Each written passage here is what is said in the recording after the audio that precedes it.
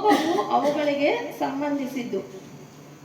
ಜೀವಾತ್ಮ ನಿರ್ಲಿಪ್ತ ಎಂದು ವೇದಾಂತಿಗಳು ಹೇಳುತ್ತಾರೆ.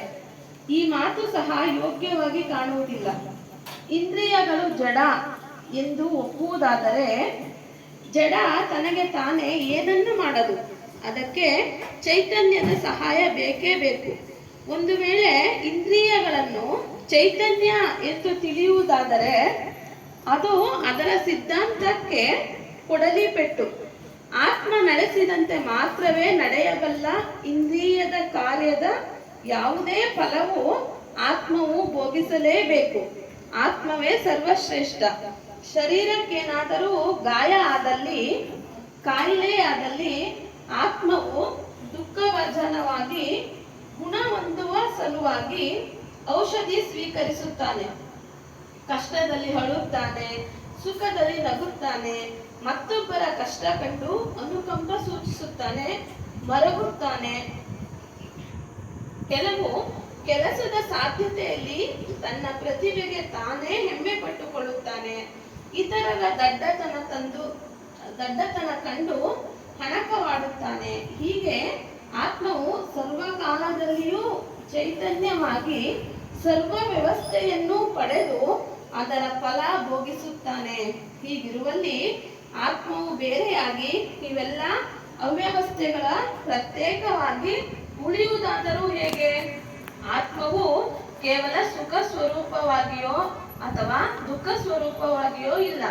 ಅದು ಸುಖ, ದುಃಖ, ನೋವು, ನಲಿವು ಇತ್ಯಾದಿ ಎಲ್ಲ ಅವಸ್ಥೆಗಳನ್ನು ಹೊಂದಿದ್ದು ತಿಳಿದು ಬೇರೆಯಾಗಿ ಇರುವಂಥದ್ದು.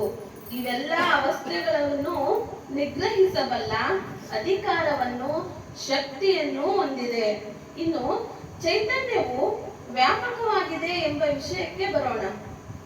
ಒಂದು ಶರೀರವು ಮೃತ್ಯುವಾಗಿ ಜೀವಾತ್ಮವು ಆ ಮೃತ್ಯು ಶರೀರವನ್ನು ತೊರೆದು ಬಿಡುತ್ತದೆ. ಆದರೆ ಅವರೆಗೆ ತಾನಿದ್ದ ಸ್ಥಳ ಈಗ ತೆರವು ಆದ ಹಾಗಾಯಿತು. ಆಗಿರುವಲ್ಲಿ ಚೈತನ್ಯವು ಸರ್ವ ವ್ಯಾಪಕ ಎಂಬುದು ಸರಿಯಲ್ಲ. ಕೆಲವರು ಸಮರ್ಥಿಸಿಕೊಳ್ಳುವ ಸಲುವಾಗಿ ಜೀವಾತ್ಮ ಮೃತ ಶರೀರವನ್ನು ಬಿಟ್ಟು ಹೋಗಿಲ್ಲ, ಕೇವಲ ತತ್ವವಷ್ಟೇ ಹೋಯಿತು ಎಂದು ಹೇಳುವುದು ಉಂಟು. ಜೀವಾತ್ಮ ತೊರೆದಿಲ್ಲವಾದರೆ ಆ ಶರೀರ ಜಡವಾಗಿ ಶೂನ್ಯವಾಗಿ ಹೇಗೆ ಉಳಿಯಿತು? ತತ್ವ ಬಿಟ್ಟು ಹೋಗುವುದರಿಂದ ಆಗಾಯಿತು. ಆತ್ಮ ಜಡ ಎನ್ನುವಂತಾಯಿತು. ಆತ್ಮವು ಜಡ ಎನ್ನುವುದಲ್ಲಿ ಅವರುಗಳು ಚೈತನ್ಯ, ಮೃತ ಶರೀರವು ವಾಯು, ಅಗ್ನಿ, ನೀರು ಮುಂತಾದವು ಇರುತ್ತದೆ ಎಂತಲೇ ಮೃತ ಶರೀರವು ಕ್ರಮೇಣ ಕುಗ್ಗಲು ತೊಡಗುತ್ತದೆ. ಎಲ್ಲವನ್ನೂ ನಡೆಸುವವನು ಕೇವಲ ಆತ್ಮನಷ್ಟೇ ಇರುವುದಿಲ್ಲ.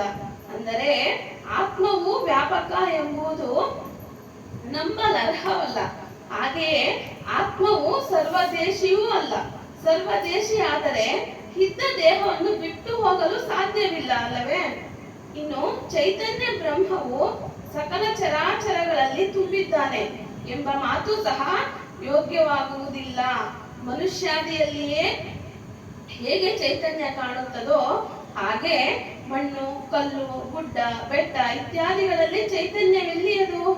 ಅವು ಜಡ ಪದಾರ್ಥಗಳು. ಅವುಗಳಲ್ಲಿ ಯಾವುದೇ ಚಲನೆ, ಸ್ಥಿತಾಂತರ ಕಂಡು ಬರಬೇಕಾದರೆ ಅವುಗಳಿಗೆ ಚೈತನ್ಯದ ಸಹಕಾರ ಬೇಕೇ ಬೇಕು. ಚೈತನ್ಯದ ಶಕ್ತಿ ಇಲ್ಲದೆ ಅವು ತನಗೆ ತಾನೇ ಚಲಿಸಲು ಸಾಧ್ಯವಿಲ್ಲ. ಹೀಗಿರುವಾಗ ಚರಾಚರದಲ್ಲಿ ಚೈತನ್ಯ ವ್ಯಾಪಿಸಿದ್ದಾನೆ, ತುಂಬಿದ್ದಾನೆ ಎಂಬುದು ಖಚಿತವಾಗುವುದಿಲ್ಲ. ಆಕಾಶವನ್ನು ವ್ಯಾಪಕ ಎಂದು ಹೇಳುತ್ತಾರೆ, ಅದು ಸತ್ಯವಲ್ಲ. ಆಕಾಶವೆಂದರೆ ಟೊಳ್ಳು ಎಂದು ಹೇಳುತ್ತಾರೆ. ಅದು ಖಾಲಿ ಜಾಗವಾದ ಕಾರಣ ಆ ವಸ್ತುವಾಗಿದೆ. ಅಖಂಡ ಚೈತನ್ಯ ಜೀವಿ ಮತ್ತು ತತ್ವಗಳು ಅಖಂಡ ಪರಮಾಣುಗಳಲ್ಲಿ ಆ ಖಾಲಿ ಜಾಗವಾಗಿರುವ ಆಕಾಶವು ಇರುವುದಿಲ್ಲ. ಅದರಿಂದ ಆಕಾಶವು ವ್ಯಾಪಕವಲ್ಲ.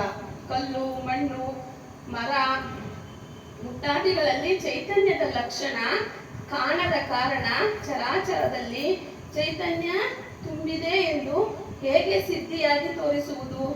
ವೇದಾಂತಿಗಳು ಹೇಳುವುದೇನೆಂದರೆ ಚೈತನ್ಯಗಳೆಲ್ಲಿಯೂ ಹೋಗುವುದು ಬರುವುದೂ ಇಲ್ಲ. ಹಾಗಿದ್ದರೆ ಅವರ ತಂದೆ ಅಜ್ಜಂದಿರು ಸತ್ತ ನಂತರ ಸುಟ್ಟದ್ದು ಹೂತದ್ದು ಯಾವ ಕಾರಣದಿಂದ ಎಂಬುದನ್ನು ಸಾಧಿಸಿ ತೋರಿಸಬೇಕು. ಜೀವಂತವಿರುವಾಗಲೇ ದೇಹವನ್ನು ಸುಡುವುದು ಹೂಳುವುದು ಇವುಗಳನ್ನು ವೇದಾಂತಿಗಳು ಏಕೆ ಮಾಡುವುದಿಲ್ಲ? ಒಂದು ವೇಳೆ ಜೀವಂತವಾಗಿಯೇ ಉಳಿದರೆ ಸುಟ್ಟರೆ ಸದ್ದು ಹೋಗಬಹುದು, ದುಃಖವಾಗಬಹುದು. ಆದ್ದರಿಂದ ಚೈತನ್ಯವು ಹೋಗುವುದು ಬರುವುದು ಸಾಧ್ಯವೆಂಬ ನಿಶ್ಚಯವೇ ಸಿದ್ಧಾಂತವಾಯಿತು. ಅಂದ ಮೇಲೆ ವ್ಯಾಪಕ ಸರ್ವದೇಶಿಯು ಆ ಸಿದ್ಧಾಂತವಾಯಿತು. ವ್ಯಾಪಕ ಸರ್ವದೇಶಿಯು ಹೋಗುವುದು ಬರುವುದು ಸಾಧ್ಯವಿಲ್ಲ. ಏಕಾದೇಶಿಯು ಮಾತ್ರವೇ ಹೋಗುತ್ತದೆ ಬರುತ್ತದೆ. ಶಿಷ್ಯ ಮತ್ತೆ ಕೆಲವು ಪಂಡಿತರು ಆತ್ಮ ಎಂದರೆ ಬ್ರಹ್ಮ ಎಂತಲೂ, ಈ ಬ್ರಹ್ಮವನ್ನು ಮನಸ್ಸು ಬುದ್ಧಿ ವಾಣಿಯಿಂದ ತಿಳಿಯಲಾಗದು, ಇಂದ್ರಿಯಗಳಿಂದ ಬ್ರಹ್ಮನನ್ನು ತಿಳಿಯಲಾಗದು ಎಂತಲೂ ಹೇಳುತ್ತಾರೆ. ಹಾಗಾದರೆ ಪಂಡಿತರು ಬ್ರಹ್ಮನನ್ನು ಹೇಗೆ ತಿಳಿದರು? ಬ್ರಹ್ಮವನ್ನು ಮತ್ತೆ ಯಾವುದರ ಮೂಲಕ ಅರಿಯಲು ಸಾಧ್ಯ? ವಿದ್ಯೆಯಿಂದ ತಿಳಿಯಲು ಸಾಧ್ಯ ಎಂಬುದಾದರೆ ವಾಣಿಯಿಂದ ಬ್ರಹ್ಮನನ್ನು ತಿಳಿಯಲು ಸಾಧ್ಯ ಎಂದಾಯಿತು. ಬುದ್ಧಿಯಿಂದ ಬ್ರಹ್ಮವನ್ನು ತಿಳಿಯಲು ಸಾಧ್ಯವಿಲ್ಲ ಎಂಬುದಾದರೆ ಪಂಡಿತರಿಗೆ ಬುದ್ಧಿ ಇಲ್ಲದೆಯೇ ತಿಳಿಯಲಾಯಿತೆ. ಹಾಗಾದರೆ ಮೂರ್ಖರಿಗೆ ಬ್ರಹ್ಮಜ್ಞಾನ ಆಗುವುದೇ? ಬುದ್ಧಿ ಇಲ್ಲದೆ ಯಾವ ವಿಷಯವೂ ಸಿದ್ಧಿಸುವುದಿಲ್ಲ. ಬುದ್ಧಿಯ ಪ್ರಭಾವದಿಂದಲೇ ಬ್ರಹ್ಮಜ್ಞಾನವಾಯಿತು ಎನ್ನಬೇಕು. ಮನಸ್ಸಿಲ್ಲದ ಮನಸ್ಸಿನಲ್ಲಿ ವಿಚಾರವೇ ಇಲ್ಲದೆ ಬ್ರಹ್ಮವನ್ನು ಗ್ರಹಿಸುವುದು ಹೇಗೆ? ಆದ್ದರಿಂದ ಮನಸ್ಸಿನ ಸಂಕಲ್ಪದಿಂದಲೇ ಬ್ರಹ್ಮ ಸಾಕ್ಷಾತ್ಕಾರ. ಅಂದರೆ ಮನಸ್ಸು ಬುದ್ಧಿ ವಾಣಿ ಇವುಗಳಿಂದ ಬ್ರಹ್ಮವನ್ನು ಅರಿಯಲು ಸಾಧ್ಯವಿಲ್ಲ ಎಂಬ ಮಾತು ಕೊಳ್ಳಾಯಿತು. ಮತ್ತು ಪಂಡಿತರುಗಳು ಬ್ರಹ್ಮನನ್ನು ನಿರಾಕಾರ ಎಂದು ಹೇಳುವರು. ಅಖಂಡ ಅದ್ವೈತ ಏಕರಸ ಅಪಾರ ಅನಂತ ಎಲ್ಲೆಡೆಯೂ ವ್ಯಾಪಕವಾಗಿ ಒಂದೇ ಆದ ಬ್ರಹ್ಮವು ಪಾರವಿಲ್ಲದ್ದು ಆದಿ ಅಂತ್ಯವಿಲ್ಲದ್ದು ಎನ್ನುವರು. ಹಾಗೂ ತಿಳಿಯಲು ಅಸಾಧ್ಯವಾದದ್ದು ಎನ್ನುವರು. ಹಾಗಾದಲ್ಲಿ ಪಂಡಿತರಿಗೆ ಬ್ರಹ್ಮದ ಅರಿವು ಹೇಗಾಯಿತು? ನಿರಾಕಾರ ಆಕಾರ ರಚಿತವಾದ ವಸ್ತುಗಳನ್ನು ಪಂಡಿತರು ಮನಸ್ಸಿನಲ್ಲಿ ಕಲ್ಪಿಸಿಕೊಂಡರು ಎನ್ನುವುದಾದರೆ, ಕಲ್ಪಿಸಿಕೊಂಡ ಆ ವಸ್ತುವಿಗೆ ಏನಾದರೊಂದು ಆಕಾರ ಇರಲೇಬೇಕು. ಮತ್ತೆ ನಿರಾಕಾರ ಎನ್ನುವುದು ಹೇಗೆ? ವ್ಯಾಪಕವಾದ ಬ್ರಹ್ಮವನ್ನು ನಾವೇಕೆ ನೋಡಲು ಸಾಧ್ಯವಿಲ್ಲ? ಜಗತ್ತಿನ ಸಮಸ್ತ ವಸ್ತುಗಳನ್ನು ಕಾಣಬಲ್ಲ ನಾವು ಜಗತ್ತಿನೆಲ್ಲೆಡೆ ತುಂಬಿರುವ ಬ್ರಹ್ಮವನ್ನು ನೋಡಲು ಯಾಕೆ ಆಗುವುದಿಲ್ಲ? ಬಹುಶಃ ಬ್ರಹ್ಮವೆಂಬುದೇ ಇಲ್ಲದಿದ್ದರೆ ನೋಡಲು ಸಾಧ್ಯವಿಲ್ಲ ಎನ್ನಬಹುದು. ಇಂದ್ರಿಯಗಳಿಂದಲೂ ತಿಳಿಯಲು ಸಾಧ್ಯವಿಲ್ಲ ಎನ್ನುವ ನೀವು ಬ್ರಹ್ಮ ಪುರಾಣವನ್ನು ಹೇಳುತ್ತೀರಿ, ಬರೆಯುತ್ತೀರಿ, ಉಪದೇಶಿಸುತ್ತೀರಿ. ಹೇಳುವ ಬಾಯಿ, ಉಪದೇಶಿಸುವ ಮನಸ್ಸು, ಬರೆಯುವ ಕೈ, ಇಂದ್ರಿಯಗಳೆಲ್ಲವೂ ಬ್ರಹ್ಮವನನ್ನು ನಿರಾಕಾರವೆಂದು ಸಾರುವ ಪಂಡಿತರೆ ಬ್ರಹ್ಮನನ್ನು ಬಣ್ಣಿಸುತ್ತಾರೆ. ಎಷ್ಟೊಂದು ವಿಪರ್ಯಾಸ!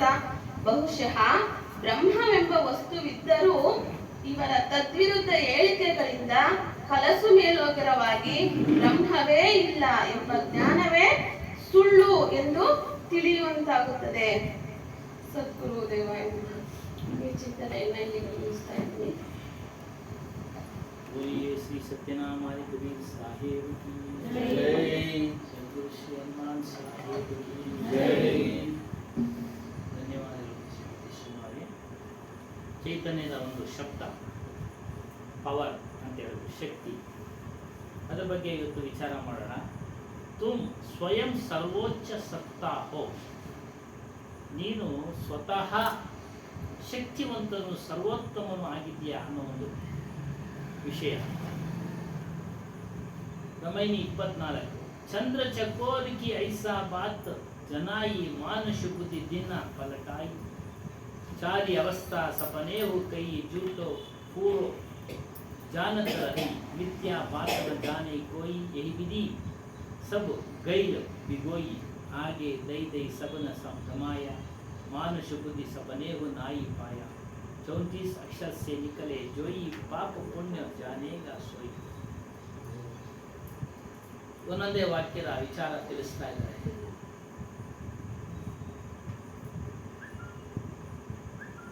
ಮೊದಲನೇ ಆಗಿ ತಿಳಿಸ್ತಾರೆ, ಮನುಷ್ಯರ ಪ್ರತಿಯೊಬ್ಬರ ಗುರಿ ಏನಿದೆ ಅಂದರೆ ಶಾಶ್ವತವಾಗಿ ಸುಖ ಇರಬೇಕು ಅನ್ನೋ ಹೊಂದಬೇಕು ಅನ್ನೋ ಒಂದು ಗುರಿ ಇರುತ್ತೆ.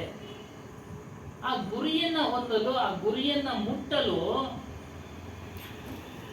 ಅವನು ಹೊರಗಡೆ ಪ್ರಯತ್ನ ಪಡ್ತಾ ಇದ್ದಾನೆ ಆ ಗುರಿ ಮುಟ್ಟಲು. ಮತ್ತು ಯಾರೋ ನನ್ನನ್ನು ಆ ಗುರಿ ಮುಟ್ಟಿಸ್ತಾರೆ ಅನ್ನೋ ಒಂದು ಭಾವನೆಯಿಂದ ಸುತ್ತುತ್ತಾ ಇದ್ದಾನೆ, ಅಲ್ಲಿ ಇಲ್ಲಿ ಸುತ್ತುತ್ತಾ ಇದ್ದಾನೆ. ಈ ಸುತ್ತುವಿಕೆಯನ್ನು ಈಗಲಿಂದ ಇದೆಯಾ? ಅನಾದಿ ಕಾಲದಿಂದಲೂ ಇದೆ, ಎಷ್ಟೋ ವರ್ಷಗಳಿಂದಲೂ ಇದೆ ಸುತ್ತುವಿಕೆ. ಆದರೆ ಅವನು ಶಾಶ್ವತವಾದ ಸುಖವನ್ನು ಹೊಂದಬೇಕೆಂಬ ಗುರಿನ ಮುಟ್ಟೋದಿಕ್ಕೆ ಆಗಲಿಲ್ಲ. ಇಲ್ಲಿ ಒಂದು ಉದಾಹರಣೆ ಕೊಡ್ತಾರೆ. ಚಕೋರ ಅನ್ನೋ ಪಕ್ಷಿ ಚಂದ್ರನಲ್ಲಿರ್ತಕ್ಕಂಥ ಶೀತಲತೆಯನ್ನ ಪಡೆಯಲು ಏಕಾಗ್ರತೆಯಿಂದ ನೋಡ್ತಾ ಇರ್ತದೆ. ಆ ಚಂದ್ರನ ಶೀತಲತೆ ನನಗೂ ಬರಲಿ ಅಂತ. ಅಷ್ಟು ಏಕಾಗ್ರತೆ ಇದ್ರೂ ಸಹ, ನೋಡಿದ್ರು ಸಹ ಆ ಚಂದ್ರನಲ್ಲಿರ್ತಕ್ಕಂಥ ಶೀತಲತೆಯನ್ನ ಆ ಚಕೋರ ಪಕ್ಷಿ ಪಡೆಯೋಕ್ಕೆ ಸಾಧ್ಯ ಇಲ್ಲ. ಆ ಶೀತಲತೆ ತನ್ನಲ್ಲೇ ಇದೆ, ಅದನ್ನ ಅದು ತಿಳ್ಕೊಳ್ಳಕ್ಕೆ ಆಗ್ತಾ ಇಲ್ಲ. ಅದೇ ರೀತಿ ಮನುಷ್ಯನು ಸಹ ಗುರಿಯನ್ನ ಮುಟ್ಟಲು ಹೊರಗಡೆ ಹುಡುಕ್ತಾ ಇದ್ದಾನೆ. ತೀರ್ಥಯಾತ್ರೆಗಳಲ್ಲಿ, ಪಂಚ ವಿಷಯಗಳಲ್ಲಿ ಸುಖ ಹುಡುಕ್ತಾ ಇದ್ದಾನೆ. ತೀರ್ಥಯಾತ್ರೆಗಳ ಮೂಲಕ ಸುಖ ಹುಡುಕ್ತಾ ಇದ್ದಾನೆ. ಪ್ರತಿಯೊಬ್ಬರು ಯಾರೋ ಒಂದೊಂದು ರೀತಿಯಲ್ಲಿ ಹುಡುಕ್ತಾ ಇದ್ದಾರೆ. ಆದರೆ ಅವ್ರಿಗೆ ಯಾರಿಗೂ ಸುಖ ಸಿಕ್ಕಿಲ್ಲ.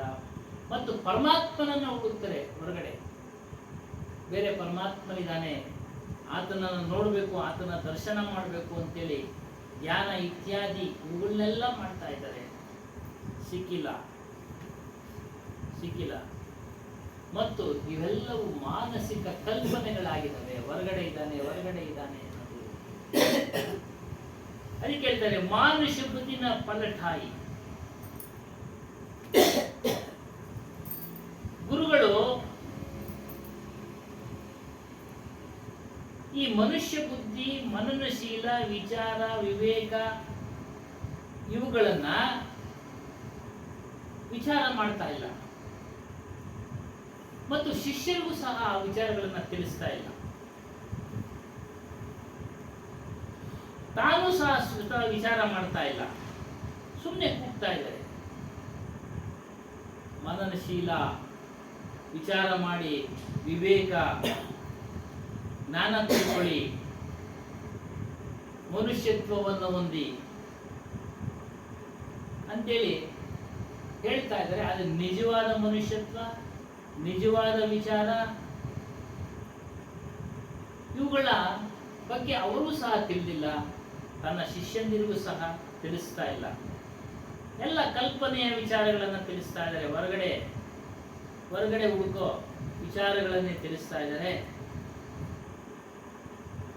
ಆದರೆ ಅವ್ರಿಗೂ ಸಿಕ್ಕಿಲ್ಲ, ಇವ್ರಿಗೂ ಸಿಕ್ಕಿಲ್ಲ.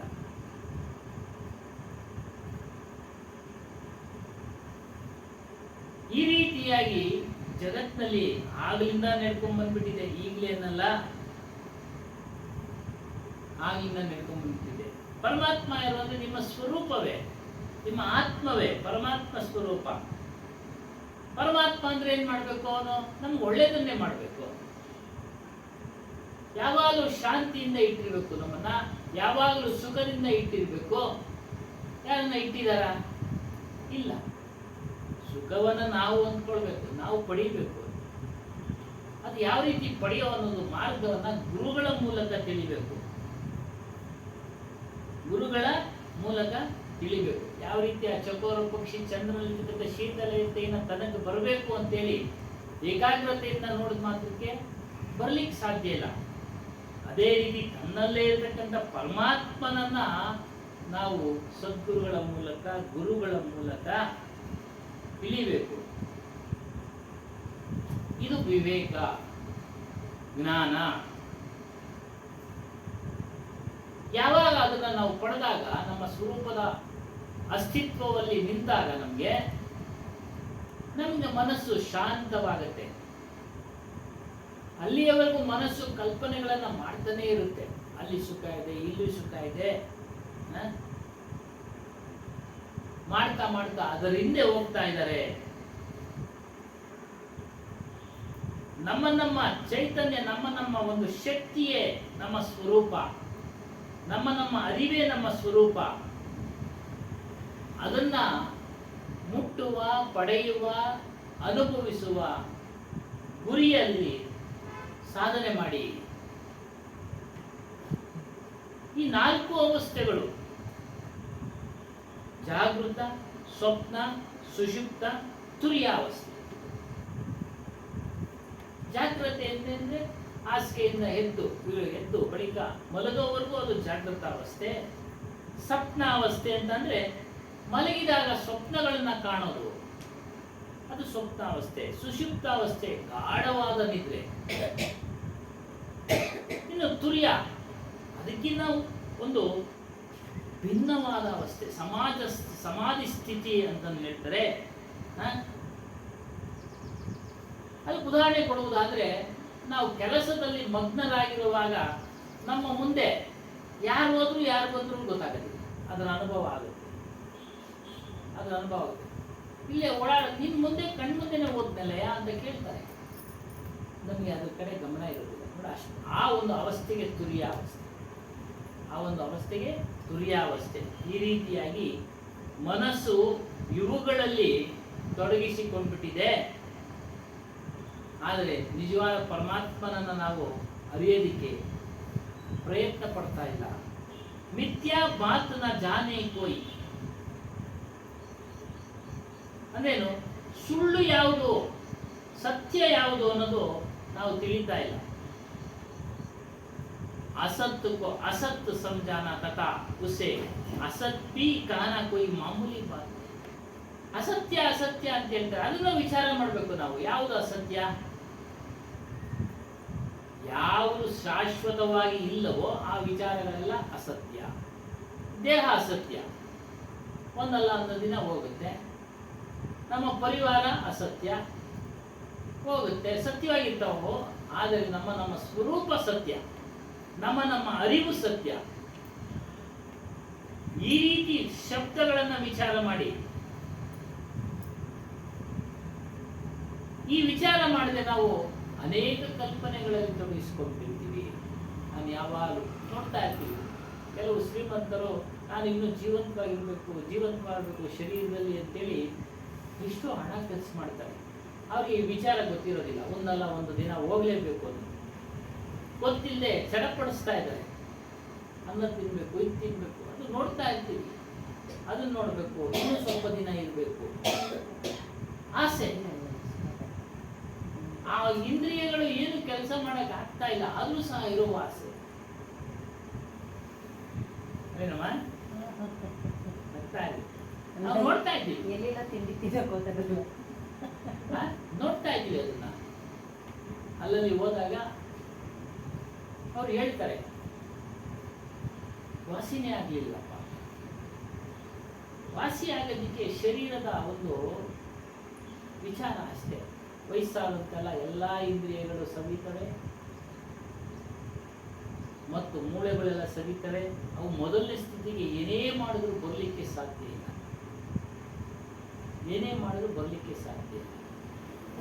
ಅನೇಕ ಜಾಹೀರಾತುಗಳು ಕೊಡ್ತಾರೆ, ಮಂಡಿನ ಒಲ್ಲೋಗಿ ಬಿಡುತ್ತೆ, ವಾಸಿ ಆಗ್ಬಿಡುತ್ತೆ.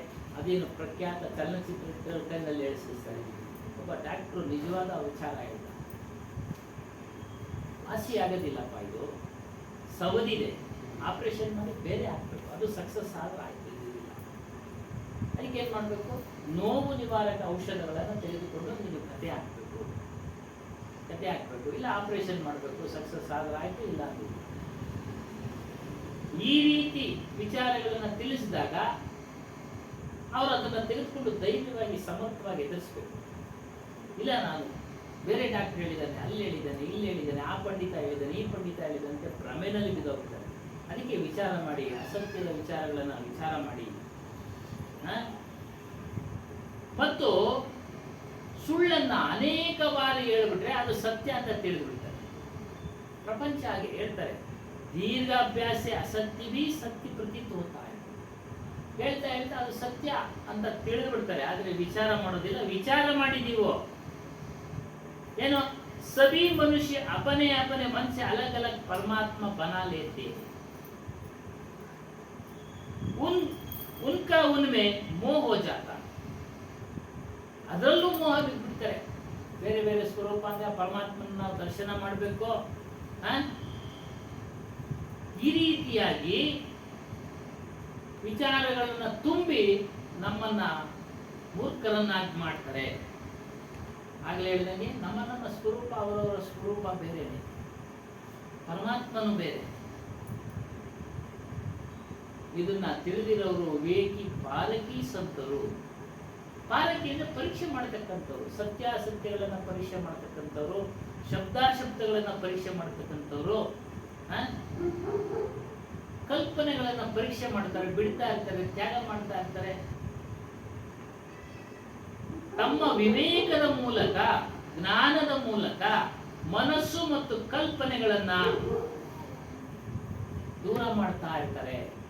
ಮನಸ್ಸಿನಲ್ಲಿ ಉತ್ಪತ್ತಿ ಆಗತಕ್ಕಂಥ ಕಲ್ಪನೆಗಳನ್ನ, ಮನಸ್ಸಿನಲ್ಲಿ ಉತ್ಪತ್ತಿ ಆಗತಕ್ಕಂಥ ದುರ್ವಿಚಾರಗಳನ್ನ ತ್ಯಾಗ ಮಾಡ್ತಾ ಇರ್ತಾರೆ.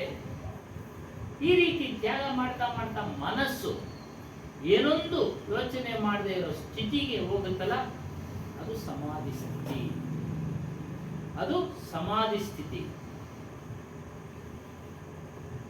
ಈ ಒಂದು ಸ್ಥಿತಿಗೆ ನೀನು ಹೋಗ್ಬೇಕಾದ್ರೆ ಗುರುಗಳ ಮೂಲಕ ವಿಚಾರವನ್ನ ತಿಳಿದು ಅದನ್ನ ಪಡೆಯುವಂತನಾಗು. ಇದೇ ನಿನ್ನ ಗುರಿ,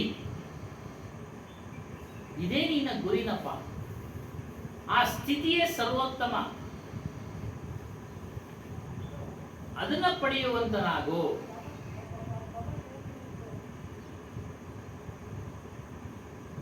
ನಮ್ಗೇನ್ ಮಾಡ್ತಾ ಇದ್ದಾರೆ ಅಂದ್ರೆ ಹೊರಗಿನರು, ಹಾಗೆ ದೈ ದೈ ಸಬನ ಗಮಾಯ.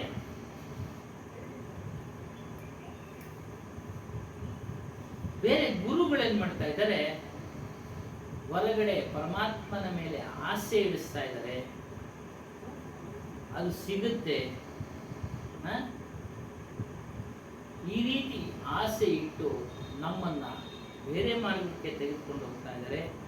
ಮೋಸ ಹೋಗ್ತಾ ಇದೀವಿ ನಾವು. आगे की आशा में पड़े हुए वक्ता श्रोता दोनों धोखे में है. ಹೇಳೋರು ಮೋಸ ಹೋಗ್ತಾ ಇದ್ದಾರೆ, ಕೇಳೋರು ಮೋಸ ಹೋಗ್ತಾ ಇದ್ದಾರೆ, ಅವ್ರು ಅನುಸರಿಸೋರು ಮೋಸ ಹೋಗ್ತಾ ಇದ್ದಾರೆ. ಅದಕ್ಕೆ ಮನುಷ್ಯನಾದವನು ನೀನು ಬುದ್ಧಿ ಇದೆ, ಮನಸ್ಸಿದೆ, ವಿಚಾರ ಮಾಡುವಂತನಾಗು. ಎಲ್ಲ ಶಬ್ದಗಳನ್ನ ವಿವೇಕದಿಂದ ವಿಚಾರ ಮಾಡುವಂತನಾಗು. ಆಗ ಮಾತ್ರ ನಿನಗೆ ಆ ವಿಚಾರಗಳು ಗೊತ್ತಾಗ್ತವೆ, ಶಬ್ದಗಳು ಗೊತ್ತಾಗ್ತವೆ.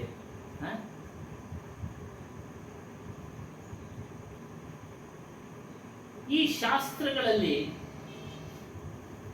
ಕೆಲವು ಕೊರತೆಗಳಿವೆ. ಅಂದ್ರೆ ಸುಳ್ಳಿನ ವಿಚಾರಗಳನ್ನ ಸೇರಿಸಿದ್ದಾರೆ. ಶಾಸ್ತ್ರ ಪರಂಪರ ಗುರು ಸಬ್ ಆದರಣೀಯ.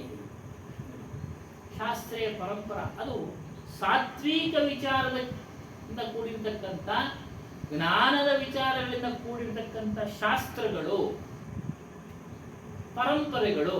ನೋಡಿ, ಕಬೀರ್ ಪರಂಪರೆ ಒಳ್ಳೆ ವಿಚಾರನೇ ಹೇಳ್ತಾ ಇದೆ, ಸತ್ಯ ವಿಚಾರ ಹೇಳ್ತಾ ಇದೆ. ಅದೇ ರೀತಿ ಬೇರೆಯವರು ಸಹ ಸತ್ಯ ವಿಚಾರಗಳನ್ನು ಹೇಳಿದ್ರೆ ಅದನ್ನ ನೀವು ಗೌರವಿಸಿ ಮತ್ತು ನಿಮ್ಮ ನಿಮ್ಮ ವಿವೇಕ ಜ್ಞಾನದಿಂದ ಬುದ್ಧಿಯಿಂದ ವಿಚಾರ ಮಾಡಿ ಮುಂದುವರಿಯಿರಿ. ಕಳೆದ ವಾರ ಹೇಳಿದಂಗೆ ಬುದ್ಧನ ವಿಚಾರದಲ್ಲಿ ಬಂತು. ಎಲ್ಲರೂ ನಮ್ದೇ ಶ್ರೇಷ್ಠ ಅಂತ ಹೇಳಿದಾಗ ಒಬ್ರು ಕೇಳ್ಬಿಡ್ತಾರೆ, ಪ್ರೇಕ್ಷಕರು ಕೇಳುವಂಥವ್ರು, ಏನಪ್ಪ ಎಲ್ಲರೂ ನಮ್ದು ಶ್ರೇಷ್ಠ, ನಮ್ದು ಸತ್ಯ ಅಂತ ಹೇಳ್ತಾರೆ, ನಮ್ಗೆ ಗೊಂದಲ ಆಗಿದೆ, ಏನು ಹೇಳು ಅಂದಾಗ ಆ ಬುದ್ಧನು ಹೇಳ್ತಾನೆ, ನೋಡಪ್ಪ, ನಾನು ಹೇಳೋದು ಸತ್ಯ ನಿನಗೆ ಅನಿಸಿದ್ರು ಸಹ ನಿನಗೆ ಇಷ್ಟವಾದ್ರೆ ತೆಗೆದುಕೋ, ಕಷ್ಟದಿಂದ ತೆಗೆದುಕೊಂಬಿಡ. ಮನಸ್ಫೂರ್ತಿ ನಿನಗೆ ಇಷ್ಟವಾದ್ರೆ ವಿಚಾರ ಮಾಡು, ಇಷ್ಟ ಆದ್ರೆ ಸತ್ಯ ಆದ್ರೂ ಸಹ ಇಷ್ಟವಾದ್ರೆ ತೆಗೋ ಅಂದೇಳಿ ಹೇಳ್ತಾರೆ. ವಿವೇಕ ಬುದ್ಧಿ ಕಿ ಬಲಿ ಚಡ್ಕರ್ नहीं. ನಿಮ್ಮ ನಿಮ್ಮ ವಿವೇಕವನ್ನ ಅದಕ್ಕೆ ಬಲಿ ಕೊಡಬೇಡಿ. ವಿಚಾರ ಮಾಡಿ ಅವುಗಳನ್ನ ತೆಗೆದುಕೊಳ್ಳಿ. ಯಾವುದೇ ಶಾಸ್ತ್ರ ಆಗಿರ್ಬೋದು. ಶಾಸ್ತ್ರ ಅಂದ್ರೆ ಜ್ಞಾನ, ಬೇರೆ ಜ್ಞಾನದ ವಿಚಾರಗಳು, ಬೇರೆ ವಿಚಾರ ಇಲ್ಲ. ಇನ್ನು ಪರಂಪರೆ, ರಾಮ ಕೃಷ್ಣ ಪರಂಪರೆ ಏನೇನೋ ಇದೆ, ಅವರು ಸಹ ಒಳ್ಳೆ ಒಳ್ಳೆ ವಿಚಾರಗಳನ್ನು ಹೇಳ್ತಾರೆ. ತೆಗೆದುಕೊಳ್ಳಿ, ಆಧರಿಸಿ, ಗೌರವಿಸಿ. ಅವರು ನಮ್ಮವರಲ್ಲ ಅಂತೇಳಿ ಅವ್ರನ್ನ ದೂರ ಇಡೋದು ಬೇಡ. ಅದೇ ಮನುಷ್ಯತ್ವ, ಎಲ್ಲರನ್ನೂ ಸಹ ಗೌರವಿಸಬೇಕು. ಅದೇ ಇಲ್ಲ ಅಂದಮೇಲೆ ಜ್ಞಾನ ಪಡೆದು ಏನು ಪ್ರಯೋಜನ? ಮನುಷ್ಯತ್ವ, ಗೌರವ ಕೊಡೋದು, ವ್ಯಕ್ತಿಗಳಿಗೆ ಗೌರವ ಕೊಡೋದು. ವಿಚಾರಗಳು ಆಮೇಲೆ, ನೀವು ತಗೊಳ್ಳೋದು ಬಿಡೋದು ಆಮೇಲೆ. ಬಂದಂತ ವ್ಯಕ್ತಿಗಳಿಗೆ ಅವರ ಒಂದು ವ್ಯಕ್ತಿತ್ವಕ್ಕೆ ಅನುಗುಣವಾಗಿ ಗೌರವಿಸೋದು. ಒಳ್ಳೆ ವ್ಯಕ್ತಿತ್ವನೇ ನಾವು ಗೌರವಿಸೋದು. ಕೆಟ್ಟ ವ್ಯಕ್ತಿಗಳು ಯಾರು ಬರೋದೇ ಇಲ್ಲ. ಸತ್ಸಂಗಕ್ಕೆ ಬರೋರೆಲ್ಲ ಒಳ್ಳೆ ವ್ಯಕ್ತಿಗಳು.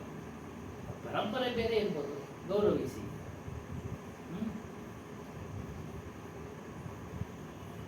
हम शास्त्रों की बातें भी बुद्धि से समझ सकते हैं. ಜ್ಞಾನದ ಮಾತುಗಳನ್ನ ಬುದ್ಧಿಯ ಮೂಲಕ ನಾವು ತಿಳ್ಕೊಳ್ತೀವಿ. ಆಗಲೇ ಹೇಳಿದ್ರಲ್ಲ, ಮನಸ್ಸು, ಬುದ್ಧಿ ಇವುಗಳ ಮೂಲಕ ತಿಳ್ಕೊಳ್ಳೋ ಶಕ್ತಿ ಇದೆ. ಆ ಎಲ್ಲದರ ಹಿಂದೆ ಇರತಕ್ಕಂಥ ಅರಿವು ಎಂಬ ಶಕ್ತಿ ಇರುತ್ತೆ. ಅದನ್ನ ತಿಳಿಯಿರಿ. ಅದ್ರ ಮೂಲಕ ನೀವೆಲ್ಲ ವಿಚಾರ ಮಾಡ್ತಾ ಇರೋದು. ಆದ್ರೆ ಮೂಲದ ಶಕ್ತಿಯ ವಿವರ ನಾವು ಸಂಗ್ರಹಿಸ್ತಾ ಇಲ್ಲ, ಕೇಳ್ತಾ ಇಲ್ಲ, ಅನುಭವಿಸ್ತಾ ಇಲ್ಲ.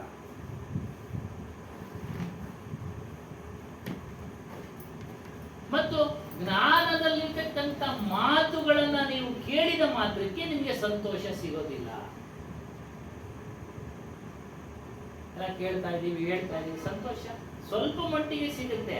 ಅದನ್ನ ಧಾರಣೆ ಮಾಡ್ಕೊಂಡ್ರೆ ಮಾತ್ರನೇ, ಅದನ್ನ ಪಡೆದ್ರೆ, ಅದು ಅನುಭವ ಮಾಡಿದ್ರೆ ಮಾತ್ರ ನಮಗೆ ಸಂತೋಷ ಸಿಗೋದು. ಇದೆಲ್ಲ ಮಾಡ್ತಾರೆ, ಏನೋ ಕಾಯಕಲ್ಪ. ನಾವು ಅದ್ರಲ್ಲಿ ತೊಡಗಿಸಿಕೊಂಡ್ರೆ ಅದರ ಅನುಭವ ಅಲ್ಲೇನಮ್ಮ, ಇಲ್ಲ ಅಂದ್ರೆ ಇಲ್ಲ. ಎಷ್ಟೇ ಗಂಟೆಗಟ್ಟಲು ಕೂಡ ಅವರು ಅದ್ರ ಬಗ್ಗೆ ವಿವರ ಕೊಡ್ತಾ ಇದ್ರು, ಅದೆಲ್ಲ ಥಿಯರಿ ಆಗೋಯ್ತು. ಪ್ರಾಕ್ಟಿಕಲ್ ಆಗಿ ನಾವು ಸ್ವತಃ ಅದರಲ್ಲಿ ತೊಡಗಿಸಿಕೊಂಡ್ರೆ ಅದರ ಒಂದು ಸಂತೋಷ ನಮಗೆ ಸಿಗೋದು, ಇಲ್ಲಾಂದ್ರೆ ಸಿಗೋದಿಲ್ಲ. ಅದೇ ರೀತಿ ಅಷ್ಟೇ, ಜ್ಞಾನದ ಮಾತುಗಳನ್ನ ಕೇಳಬೇಕು, ಅವುಗಳಲ್ಲಿ ತಿಳಿಸಿರ್ತಕ್ಕಂಥ ಆಚರಣೆಗಳನ್ನ ಮಾಡಬೇಕು. ಆಗ ಮಾತ್ರ ನಮಗೆ ಸಂತೋಷ ಸಿಗುತ್ತೆ. ಕೇವಲ ಮಾತುಗಳಿಂದ ಸಿಗುವ ಸಂತೋಷ ಕೆಲವು ಕ್ಷಣದ್ದು ಅಷ್ಟೇ. ಒಳ್ಳೆ ಚೆನ್ನಾಗಿ ಹೇಳಿದ್ರಪ್ಪ, ಚೆನ್ನಾಗಿ ಊಟ ರುಚಿಯಾಗಿದ್ದು ಎಷ್ಟು ಹೊತ್ತಿರೋದು? ಸ್ವಲ್ಪ ಹೊತ್ತು. ಅದೇ ರೀತಿ ಅದು ಅಷ್ಟೇ, ಹೊಟ್ಟೋಗ್ಬಿಡುತ್ತೆ. ಅದನ್ನ ಮನನ ಮಾಡ್ತಾ ಮಾಡ್ತಾ ಮಾಡ್ತಾ ಆ ಸ್ವರೂಪದಲ್ಲಿ ಹೋಗಿ ನಿಲ್ಲೋದೇ ನಿಜವಾದ ಸಂತೋಷ, ನಿಜವಾದ ಸಂತೋಷ. ಅದಕ್ಕೆ ಇಲ್ಲಿ ಕಬೀರ್ ಸಾಹೇಬ್ ಹೇಳ್ತಾರೆ, ಈ ಅಕ್ಷರಗಳ ವಿಚಾರ ಹೇಳ್ತಾರೆ.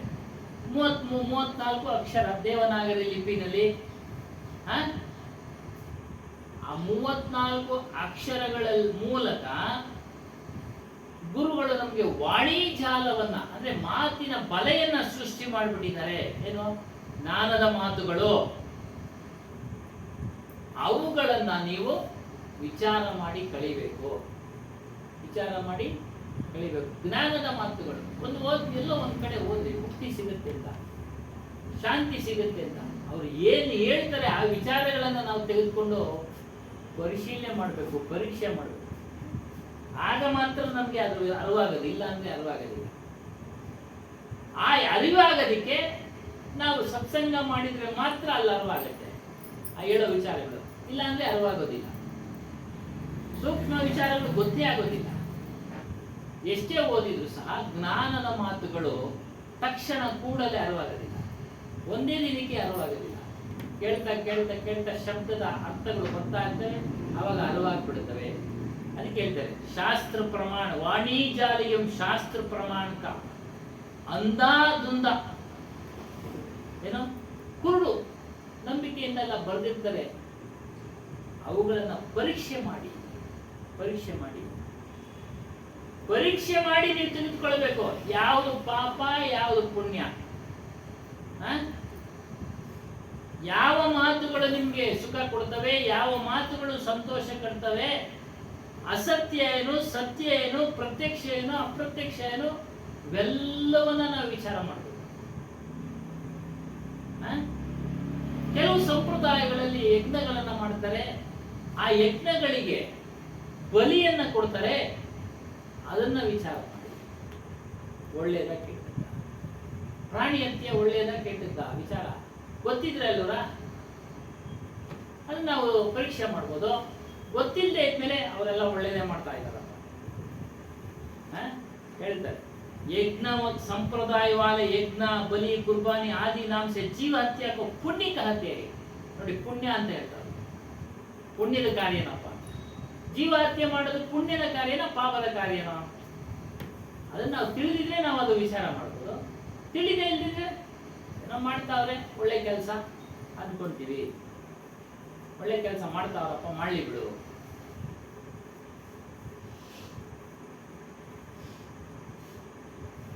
ಈಗಲೂ ಸಹ ಹೇಳ್ತಾ ಇದ್ದಾರೆ ಅದು ಪುಣ್ಯದ ಕೆಲಸ, ಒಳ್ಳೆ ಕೆಲಸ ಅಂತ. ಅದು ತಪ್ಪು ಅನ್ನೋದು ಯಾರಿಗೂ ಗೊತ್ತಿಲ್ಲ. ಪಿತೃಪಕ್ಷಗಳು ಮಾಡ್ತಾವ್ರಲ್ಲ, ಜೀವ ಹತ್ಯೆ ಮಾಡ್ತಾ ಇದಾರಲ್ಲ, ಕೆಲವರು ಮಾಡ್ತಾರೆ. ಏನಮ್ಮ ಸಿಹಿ ಮಾಡ್ತಾರೆ, ಖಾರನ ಮಾಡಲ್ಲ. ಸಿಹಿ ಮಾಡಿದ್ರೆ ಏನೋ ಅನ್ಬೋದು, ಏನೋ ಬಿಡಿ ಅನ್ಬೋದು. ಅದೊಂದು ಪದ್ಧತಿ ಮಾಡ್ತಾವೆ. ಜೀವ ಹತ್ಯೆ ಮಾಡೋದು ಪುಣ್ಯದ ಕೆಲಸನ ಅದು? ಅದಕ್ಕೆ ಇಷ್ಟುದ ಆಗಾಗ್ಗೆ ಪೇಪರ್ಗಳಲ್ಲಿ ಕೊಡ್ತಾರೆ, ಏನೋ ಪಿತೃಪಕ್ಷ ಕಾರ್ಯ ಯಾರು ಮಾಡಲ್ಲೋ ಅವ್ರಿಗೆ ಗಂಡು ಸಂತಾನ ಆಗಲ್ಲ.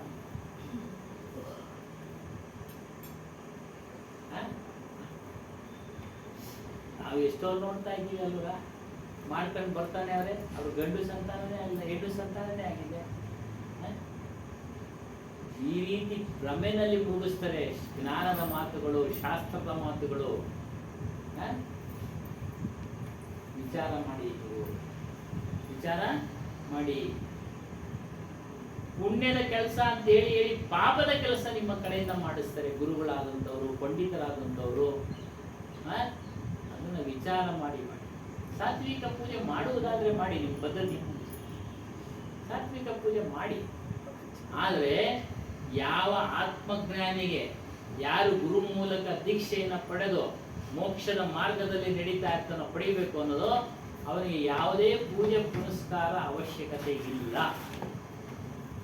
ಇದು ನಿಜವಾದ ಮಾತು. ಇದೆಲ್ಲ ಜ್ಞಾನದಲ್ಲೂ ಹೇಳ್ತಾರೆ. ಅದೇ ಬಹಳ ಒಂದು ಜೋರಾಗಿ ಅರ್ಪಟವಾಗಿ ಏನು ಹೇಳಕ್ ಹೋಗಲ್ಲ.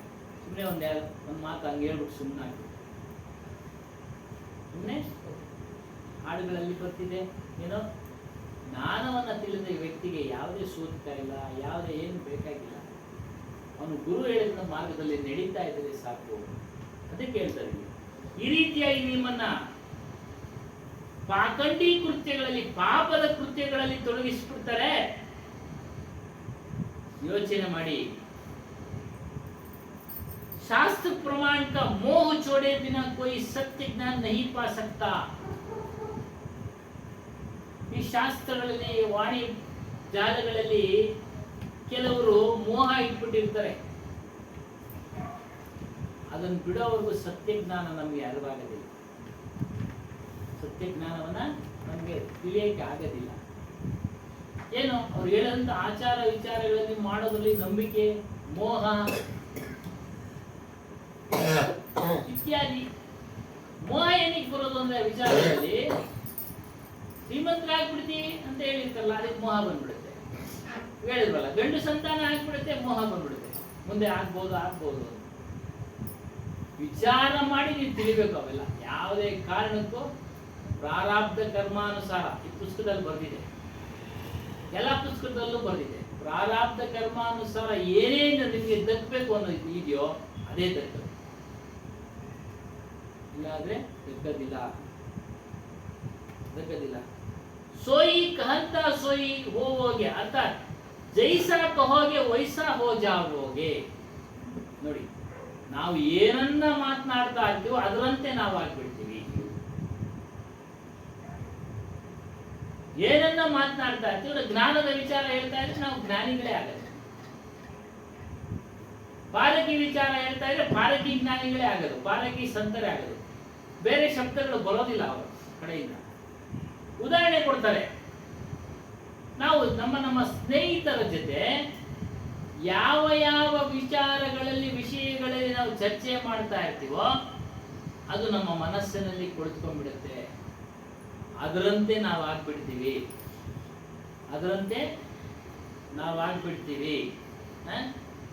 ಯಾವುದೋ ಹೊರಗಿನ ಮನೆಯವ್ರ ವಿಚಾರ ಮಾತಾಡ್ತಾನೆ ಇರಿ, ಅವ್ರದ್ದಾದ್ಮೇಲೆ ಇನ್ನೊಂದು ಮನೆ ಕತೆ ತಗೊಳ್ತಾರೆ.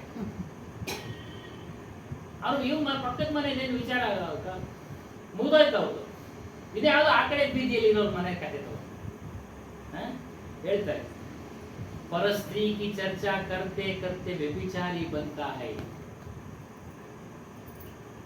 ಬೇರೆ ಹೆಂಗಸರ ವಿಚಾರ ಅದು ಹೆಂಗಸರಿಗೂ ಗಂಡಸರಿಗೂ ಇಬ್ಬರಿಗೂ ಅನ್ವಯಿಸುತ್ತೆ. ಮಾತನಾಡ್ತಾ ಮಾನಸಿಕವಾಗಿ ವ್ಯಭಿಚಾರಿ ಆಗ್ಬಿಡ್ತಾನೆ ಮನುಷ್ಯ. ಅದರದೇ ಚಿಂತನೆ ಮಾಡ್ತಾ ಇರ್ತಾನೆ, ಅದ್ರ ಕಡೆನೇ ಗಮನ ಕೊಟ್ಟಿರ್ತಾನೆ. ನೋಡಿ, ಮಾನಸಿಕವಾಗಿ ವ್ಯಭಿಚಾರ. ದೇಹದಿಂದ ಆಮೇಲೆ ಫಸ್ಟ್ ಮನಸ್ಸಿನಲ್ಲಿ ಚಿಂತನೆ ಮಾಡ್ತಾ ಇರ್ತಾನೆ. ಅದಕ್ಕೆ ನೀನು ಚರ್ಚೆ ಮಾಡಬೇಕಾದ್ರೆ ಒಳ್ಳೆ ಸಹವಾಸವರ ಜೊತೆ ಚರ್ಚೆ ಮಾಡ. ಒಂದು ಸಾಮಾನ್ಯ ವಿಚಾರಗಳ ಬಗ್ಗೆ, ಲೋಕಾರೂಢಿಗಳ ಬಗ್ಗೆ, ಏನು ಒಂದು ಔಷಧಿ ಉಪಚಾರ ಬಗ್ಗೆ, ಕಷ್ಟದ ಬಗ್ಗೆ, ಕಷ್ಟ ನಿವಾರಣೆ ಆಗೋ ಬಗ್ಗೆ, ಇದನ್ನು ಚರ್ಚೆ ಮಾಡಿದ್ರೆ ನಿನ್ ಕಷ್ಟ ನಿವಾರಣೆ. ಕಷ್ಟ ಬಂತು, ಏನಪ್ಪ ಇಂಥ ಕಷ್ಟ ಬಂತು, ಇಂಥ ಕಾಯಿಲೆ ಬಂತು ಅಂತ ನೀನು ಸ್ನೇಹಿತನ ಹತ್ರ ಹೇಳಿದ್ರೆ ಅವನಿಗೆ ಗೊತ್ತಿದೆ, ಅವನು ಇಂಥ ವೈದ್ಯರ ಹತ್ರ ಹೋಗಪ್ಪ ಅಂತಾನೆ ಅಲ್ವಾ? ಈ ತರ ವಿಚಾರಗಳ ಮಾಡಿ ಸ್ನೇಹಿತರ ಹತ್ರ. ಇಂಥ ವ್ಯಭಿಚಾರದ ವಿಚಾರಗಳನ್ನೆಲ್ಲ ಮಾತಾಡಿ. ಗೊತ್ತಿಲ್ಲದೆ ಆಗ್ಬಿಟ್ಟಿದೆ, ಇವತ್ತಿಂದ ನಿಲ್ಲಿಸ್ಬಿಡೋಣ. ಗೊತ್ತಿಲ್ಲದೆ ಆಗ್ಬಿಟ್ಟಿರುತ್ತೆ, ಇವತ್ತಿಂದ ನಿಲ್ಲಿಸ್ಬಿಡೋಣ. ಅದೇ ರೀತಿ ರಾಗದ ಚರ್ಚೆ, ಪ್ರೇಮದ ಚರ್ಚೆ ನಮ್ಗೆಲ್ಲ ಅನುಭವ ಆಗ್ತಾ ಇರುತ್ತೆ. ನಮ್ಗೆ ಹಲವಾರು ಜನ ಸ್ನೇಹಿತರು ಅಲ್ಲಿ ಕೆಲಸದಲ್ಲಿ ಇದ್ದಾಗ ಕುಳಿತುಕೊಳ್ತಾ ಇರ್ತಲ್ಲ, ಅವ್ರ ವಿಚಾರನೇ ಅಲ್ಲೇನಮ್ಮ, ಅವ್ರ ವಿಚಾರ ಮಾತಾಡ್ತಾ ಇರ್ತಾರೆ.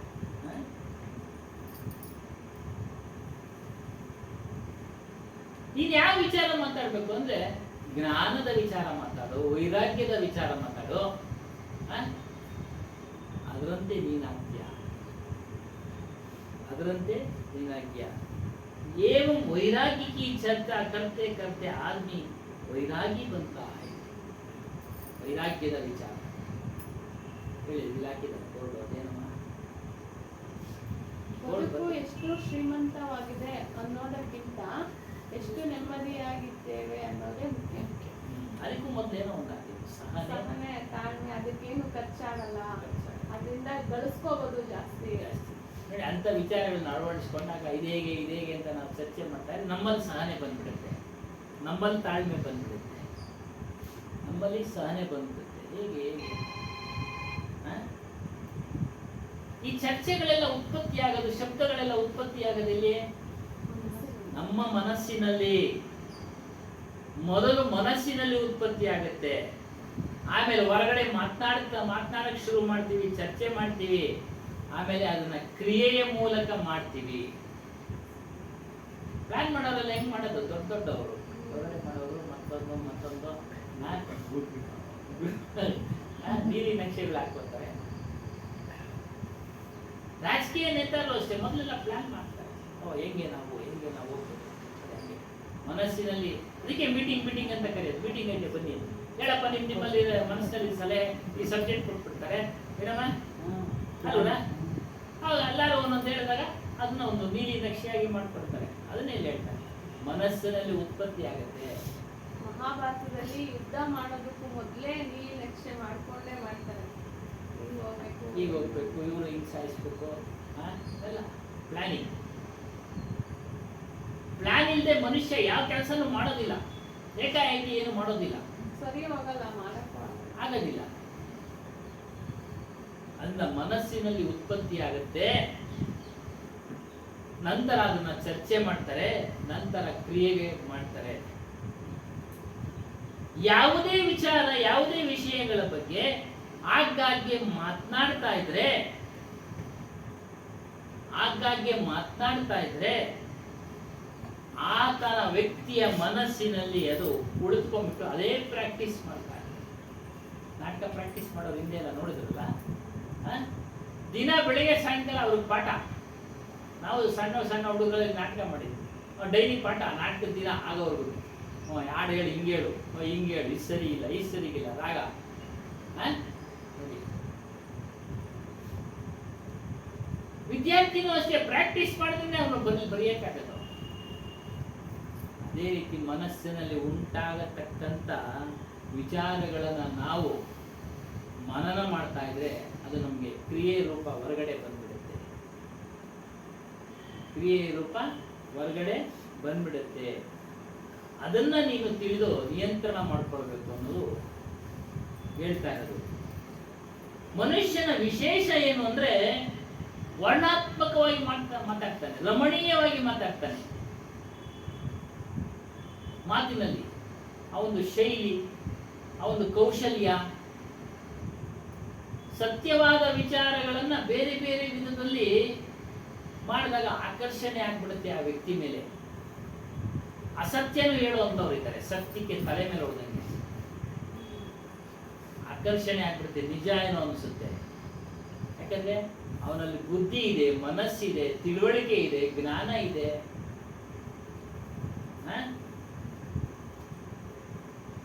ಇದ್ರ ಮೂಲಕ ಅವನ ಪ್ರಭಾವಕ್ಕೆ ಒಳಗಾಗ್ಬಿಡ್ತಾರೆ. ಅವನ ಪ್ರಭಾವಕ್ಕೆ ಇದು ನಡೆದಿರುವ ಘಟನೆಗಳಲ್ಲ. ಶ್ರದ್ಧಾನಂದ ಅಂತೇಳಿ ಒಬ್ಬ ವ್ಯಕ್ತಿ, ಅವನು ಎಂಥ ಒಂದು ಸ್ತ್ರೀಯನ್ನ ಆಕರ್ಷಣೆ ಮಾಡುವಷ್ಟು ಚಾಲಾಕಿ ಮಾತುಕತೆ ಇದೆ. ಬೆಂಗಳೂರಿನಲ್ಲಿ ನಡೆದಂತ ಒಬ್ಬ ರಾಯಭಾರಿ ಮಗಳು, ಅವಳನ್ನ ಮಾತಾಡಿಸಿ ಆಕರ್ಷಣೆ ಮಾಡ್ಕೊಂಡು ಮದುವೆನೂ ಆಗ್ತಿಲ್ಲ. ಅವನ ಇಚ್ಛೆ ಏನು, ಅವಳ ಹತ್ರ ಬೇಕಾದಷ್ಟು ಆಸ್ತಿ ಇತ್ತು, ಅದನ್ನು ನೋಡಿಬೇಕು ಅನ್ನೋ ಇಚ್ಛೆ ಮೊದಲೇ ಪ್ಲಾನ್ ಮಾಡ್ಕೊಂಡಿದ್ದ. ಹಾಗೆ ಗೊತ್ತಿಲ್ಲದಂಗೆ ಅವಳನ್ನ ಮನೆಯಲ್ಲೇ ಹತ್ಯೆ ಮಾಡಿಬಿಟ್ಟು ಮುಚ್ಚಿಬಿಟ್ಟಿದ್ದ. ಅವ್ರ ಅಕ್ಕ ತಂಗಿದ್ರಿಗೆಲ್ಲ ಫೋನ್ ಮಾಡ್ತಾರೆ, ಫೋನ್ ಇಲ್ಲ, ತಗೊಳ್ತಾ ಇಲ್ಲ, ಏನು ಅಂತ ಕಂಡಿಡಿಯಕ್ಕೆ ಆಗ್ತಾ ಇಲ್ಲ ಮಾಡಿಬಿಟ್ಟಿದ್ದ. ಅಷ್ಟು ಆಕರ್ಷಣೆ ಅವನ ಮಾತಿಗೆ, ಯಾರಾದ್ರೂ ಆಕರ್ಷಣೆ ಆಗ್ಬೇಕಾದ್ರೆ ಅಷ್ಟು ಬುದ್ಧಿವಂತಿಕೆ. ಇಲ್ಲಿ ಅವನೊಂದು ಸಂಸ್ಕಾರದಿಂದ ಬಂದಿರುತ್ತದೋ ಈ ರೀತಿಯಾಗಿ ಮಾಡಿಬಿಟ್ಟಿದ್ದ. ಕೊನೆಗೆ ಏನೋ ಒಂದು ಮೂಲಕ, ಅಲ್ಲಿನ ಕೆಲಸಗಾರರ ಮೂಲಕ ಬಾಯಿ ಬಿಡಿಸ್ಕೊಂಡು ಅದನ್ನ ಕಂಡು ಕೊನೆಗೆ ನೋಡಿದ್ರೆ ಸಮಾಧಿ ಮಾಡ್ತೀವಿ. ಪಾಯ್ಸನ್ ಉದಾಹರಣೆ, ಅವ್ನು ಮಾತಾಡ್ತಾ ಇದ್ರೆ ಎಂತವನು ಬಿಡ್ಬೇಕು ಆ ಮಾತಿಗೆ. ಅದಕ್ಕೆ ಹೇಳ್ತಾರೆ ವರ್ಣಾತ್ಮಕ ವಾಣಿ ಬೋಲ್ತಾ ಇದೆ. ವರ್ಣನೆ ಕೊಡ್ತಾ ಇರ್ತಾರೆ, ನಾವು ಅದರ ಪ್ರಭಾವಕ್ಕೆ ಅವರ ಹಿಂದೆ ಬಿದ್ದೋಗ್ಬಿಡ್ತೀವಿ. ಎಲ್ಲ ಆಗ್ತಾ ಇರ್ತದೆ. ಆದ್ದರಿಂದ ನೀವು ಶಬ್ದಗಳನ್ನ, ಅವ್ರು ಹೇಳತಕ್ಕಂಥ ವಿಚಾರಗಳನ್ನ ಚಿಂತನೆ ಮಾಡಿ ಆಮೇಲೆ ಹೆಜ್ಜೆ ಇಡಿ. ಕೆಲವರು ಏನ್ ಮಾಡ್ತಾರೆ, ನಾನು ತುಚ್ಛ ಅಂದ್ರೆ ನಾನು ಏನು ಕೆಲ್ಸಕ್ಕೆ ಬಾರದೇ ಇದ್ದವರು, ನಾನೇನು ಕೆಲ್ಸಕ್ಕೆ ಬಾರದೇ ಇರೋರು ಅಂತ ಮನೆಯಲ್ಲಿ ಕುಳಿತಿರ್ತಾರೆ. ಅದಕ್ಕೆ ವಿವೇಕಾನಂದ ಹೇಳಿದ್ರು, ಎದ್ದೇಳಿ ನೀವೆಲ್ಲ ವೀರ ಪುರುಷರು, ಶೂರರು, ಧೀರರು ಎಲ್ಲ ಹಾಗೆ ಇದ್ದಿದ್ದು. ನಮ್ಮ ಟೈಮಲ್ಲಿ ಏನೂ ಆಗುತ್ತಿಲ್ಲ. ಉದಾಹರಣೆ ಹೇಳ್ತಾರೆ, ಬ್ರಿಟಿಷರು ಬಂದಿದ್ದು 200-300 ಜನನ ಇಡೀ ದೇಶನ ಆಳಿದ್ರು ಅಂತ. ಕನ್ನಡ ಅವ್ರು ಭಯ ಹುಟ್ಟಿಸಿದ್ರು. ಭಯ ಹುಟ್ಟಿಸಿದ್ರು. ಅಲ್ಲೆಲ್ಲ ಹಿಸ್ಟ್ರಿನಲ್ಲೆಲ್ಲ ಹೇಳ್ತಾರೆ 200-300 ಜನ ಬಂದು ಇಡೀ ದೇಶನೇ 5 ಕೋಟಿ ಜನ ಆಳಿದ್ರು ಅಂತ. ಯಾಕೆ? ಮನಸ್ಸಿನಲ್ಲಿ ಭಯ ಹುಟ್ಟಿಸ್ಬಿಟ್ರು, ಏನು ಕೆಲ್ಸಕ್ಕೆ ಬಾರದೇ ಇಲ್ಲದ ತರ ಮಾಡ್ಬಿಟ್ರು. ಇವರು ನಾವೇನು ಕೆಲ್ಸಕ್ಕೆ ಬರದೇ ಇಲ್ಲದ ತರ ಅನ್ಕೊಂಡ್ಬಿಟ್ರು. ಅದನ್ನೇ ಹೇಳ್ತಾ ಇರೋದು, ಸೋಚ್ತಾಯಿ ಮೈ ತುಚ್ಚು ಹೂ, ನಾನು ಕೀಳು, ನಾನೇನು ಕೆಲ್ಸಕ್ಕೆ ಬರದೇ ಇಲ್ಲ. ಈ ರೀತಿ ಅಂದ್ಕೊಳ್ಬೇಡಿ. ಶಾಸ್ತ್ರ ಹೇಳ್ಬಿಡುತ್ತೆ ಮನುಷ್ಯ ಅಲ್ಪಜ್ಞ ಎಲ್ಲ ಪರಮಾತ್ಮ ಮಾಡಿಸೋದು ಅವಳು ಬರೆದು ಬಿಟ್ಟಿದ್ದಾರೆ. ಅವಳನ್ನೆಲ್ಲ ವಿಚಾರ ಮಾಡಿ, ನಾನು ಅಲ್ಪಜ್ಞನ ಸರ್ವಜ್ಞನ? ನಾನು ಸರ್ವಜ್ಞನಪ್ಪ, ಅಲ್ಪಜ್ಞ ಅಲ್ಲ. ತಿಳಿಯೋದಿಕ್ ಪ್ರಯತ್ನ ಮಾಡ್ತಾ ಇಲ್ಲ, ಗಳಿಸೋದಿಕ್ ಪ್ರಯತ್ನ ಮಾಡ್ತಾ ಇಲ್ಲ. ಈ ರೀತಿ ಶಾಸ್ತ್ರಗಳಲ್ಲಿ ತಿಳಿಸಿರ್ತಕ್ಕಂಥ ಮಾತುಗಳ ಹಿಂದೆ ಬಿದ್ದು ನಾವೆಲ್ಲ ಆಗ್ಬಿಟ್ಟಿದ್ವಿ, ಅಲ್ಪಜ್ಞರಾಗ್ಬಿಟ್ಟಿದೀವಿ, ಏನು ತಿಳುವಳಿಕೆ ಇಲ್ಲದವರಾಗ್ಬಿಟ್ಟಿದೀವಿ. ನಮ್ಮ ಪೂರ್ಣತ್ವವನ್ನ ನಾವು ಕಳ್ಕೊಳ್ತಾ ಇದ್ವಿ. ನಮಗೆ ಸುಖ ಕೊಡತಕ್ಕಂಥ ಸ್ವರೂಪದ ವಿಚಾರಗಳನ್ನು ನಾವು ತಿಳಿತಾ ಇಲ್ಲ. ಈ ರೀತಿಯಾಗಿ ಉದಾಹರಣೆ ಹೇಳೋದಾದ್ರೆ ಹಾಗೆಲ್ಲ ಹೇಳ್ತಾ ಇದ್ರು, ಕೇವಲ ಬ್ರಾಹ್ಮಣರಿಗೆ ಮಾತ್ರ ಹಕ್ಕು ಆತ್ಮಜ್ಞಾನವನ್ನ ತಿಳಿಯೋದು, ವಿದ್ಯೆಯನ್ನು ಓದೋದು ಬ್ರಾಹ್ಮಣರ ಹಕ್ಕು, ಈ ರೀತಿ ಎಲ್ಲ ಪ್ರಚಾರ ಮಾಡಿದ್ರು. ಈಗ ಎಲ್ಲರೂ ತಿಳಿತಾ ಇದ್ದಾರೆ, ಎಲ್ಲರೂ ಓದ್ತಾ ಇದ್ದಾರೆ. ಆಗ ಆ ರೀತಿ ಬಿಂಬಿಸ್ಬಿಟ್ಟಿದ್ರು ಎಲ್ಲರಲ್ಲೂ. ಪರಮಾತ್ಮ ಹೇಳಿದಾನೆ ನೀವೆಲ್ಲ ಹಿಂಗೆ ಇರಬೇಕು. ಯಾರು ಹೇಳಿದ್ರು? ಪರಮಾತ್ಮ. ವಿಚಾರ ಮಾಡ್ಬೇಕು ತಾನೆ, ಮಾಡಲಿಲ್ಲ. ಅವು ಹಿಂದೆ ಎಲ್ಲ ಓದ್ರು, ಅದನ್ನ ವಿಚಾರ ಮಾಡಿ. ನೀವು ಅವುಗಳಿಂದ ಹಿಂದೆ ಹೋದ್ರೆ ನಿಮ್ಮ ನಾಶ ನೀವೇ ಮಾಡ್ಕೊಂಡಂಗೆ. प्रतिगामी विचारों एवं शास्त्र प्रमाण के दल दल से निकाल कर बाहर आना. प्रतिगामी ಅಂದ್ರೆ ಹಿಂದಕ್ಕೆ ಹೋಗತಕ್ಕಂತ ವಿಚಾರಗಳು ತಿಳಿಸಿದರೆ ಶಾಸ್ತ್ರಗಳಲ್ಲಿ. ಅವುಗಳು ದೊಡ್ಡ ಕೆಸರುಗಳಿದ್ದಂಗೆ. ಕೆಸರಿನಲ್ಲಿ ಬಿದ್ದರೆ ಎದ್ದು ಬರ್ತಿದ್ದಾನೆ, ಹಂಗೆ ಎದ್ದು ಬನ್ನಿ, ವಿಚಾರ ಮಾಡಿ ಹೊರಗಡೆ ಬನ್ನಿ.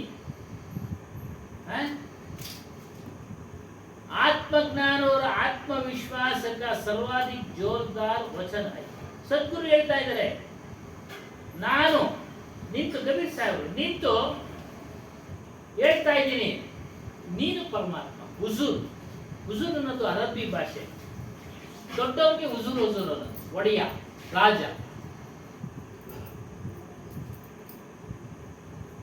ಪ್ರಾಪಂಚಿಕವಾಗಿ ಆತ ದೊಡ್ಡ ವ್ಯಕ್ತಿ ಆದಾಗ ನಾವು ಅವನನ್ನ ಗೌರವಪೂರ್ವಕವಾಗಿ ಕರೀಲೇಬೇಕು, ಇಲ್ಲ ಅಂತೇಳಿಲ್ಲ. ಆದರೆ ನೀನು ಎಲ್ಲರಿಗಿನ್ನ ದೊಡ್ಡವನು, ನಿನ್ನ ಸ್ವರೂಪ ದೊಡ್ಡದು, ಅದನ್ನ ತಿಳಿಯ. ಆಗ ಆತನ ಮರ್ಮ ಗೊತ್ತಾಗ್ಬಿಡುತ್ತೆ. ಸಾರ್ವಜನಿಕವಾಗಿ ನಮ್ಮೆಲ್ಲ ಅಧಿಕಾರಿಗಳಿಗೆ ನಾವು ಸಾರ್ ಅಂತಾನೆ ಕರೀತೀವಿ ಅಲ್ವಾ? ಅದು ಸರ್ವಸಾಮಾನ್ಯ. ಆದರೆ ಆತ್ಮ ವಿಚಾರದಲ್ಲಿ ಮಾತ್ರ ನೀನು ಸಹ ಒಬ್ಬ ಒಡೆಯ, ನೀನು ಹುಜೂರು. ಆಧ್ಯಾತ್ಮಿಕ ವಿಚಾರಕ್ಕೆ ಬಂದಾಗ ನೀನು ಗುರು ಸ್ವರೂಪ. ತಿಳಿದ ಮೇಲೆ ನೀನು ಒಬ್ಬ ಗುರು ಸ್ವರೂಪವೇ, ಅರಿವೇ ಗುರು. ಹೇಳ್ತಕ್ಕಂಥವ್ರು ಒಂದು ಪದವಿಯಿಂದ ಹೇಳ್ತಾ ಇರ್ಬೋದು ಅಷ್ಟೇ. ತಿಳಿದ ಬಳಿಕ ನೀನು ಒಬ್ಬ ಪರಮಾತ್ಮ ಸ್ವರೂಪನು, ಸುಖ ಸ್ವರೂಪ ನಿನ್ನಲ್ಲೇ ಇದೆ. ಇದನ್ನ ನೀನು ತಿಳಿಬೇಕು. ನೀನು ತುಚ್ಛನಲ್ಲಪ್ಪ, ನೀನು ಮೇಲ್ಪಟ್ಟವನೇ. ಯಾವಾಗ? ಆತ್ಮಜ್ಞಾನಿ ಆದಾಗ. ಗೊತ್ತಿಲ್ಲದೆ ಇದ್ದಾಗ ನೀವು ಹೇಳ್ತಾ ಇರ್ತೀರಿ, ಅದೇನು ಮಾಡೋಕ್ಕಾಗತ್ತಿಲ್ಲ. ಅದರಿಂದ ಆತ್ಮಜ್ಞಾನಿಯಾಗು. ನಿನ್ನ ಆತ್ಮ ಸರ್ವೋಚ್ಚ ಸತ್ತ, ಸರ್ವೋತ್ತಮ ಶಕ್ತಿ ಉಳ್ಳದು. ಹಾಗಾದ್ರೆ ಮಳೆ ಬರ್ಸು ಅಂತ ಅಂದ್ಬಿಟ್ರೆ ಅದು ವಿಜ್ಞಾನ. ಅದು ಈ ಪುಸ್ತಕಗಳೆಲ್ಲ ತಂದ್ಕೊಡ್ತೀವಿ, ಮುಂದಕ್ಕೆ ಎಲ್ಲ ಓದ್ಕೊಳ್ಳಿ. ವಿಜ್ಞಾನ ಅದು ಆಗ್ತಾ ಇರುತ್ತೆ. ಅದು ಯಾರು ಮಾಡಿಸೋರು ಯಾರು ಇಲ್ಲ. ಮಳೆ ಬರ್ಸೋದು ಮತ್ತೊಂದು ಅದ ಜಡದ ಶಕ್ತಿಗಳು ಒಂದಕ್ಕೊಂದು ಘರ್ಷಣೆ ಆಗ್ತಾ ಇರ್ತವೆ, ಸೇರ್ತಾ ಇರ್ತವೆ, ಸಂಯೋಗ ವಿಯೋಗ ಆಗ್ತಾ ಇರುತ್ತೆ.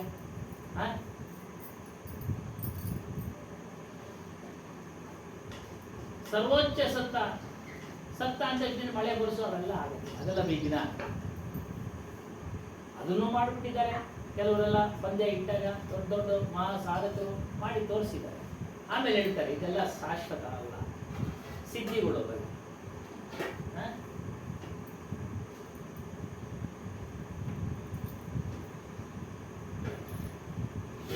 चैतन्य तेरा अपना स्वरूप सहज स्वरूप है और अपनी स्वरूप स्थिति में रहना सहज साधನ ಏಂ ಸತ್ಯ ಇದೇ ಸತ್ಯನಪ್ಪ, ಇನ್ನೆಲ್ಲ ಸುಳ್ಳೆ. ನಿನ್ನ ಸ್ವರೂಪದಲ್ಲಿ ನಿಲ್ಲೋದೇ ಸತ್ಯ.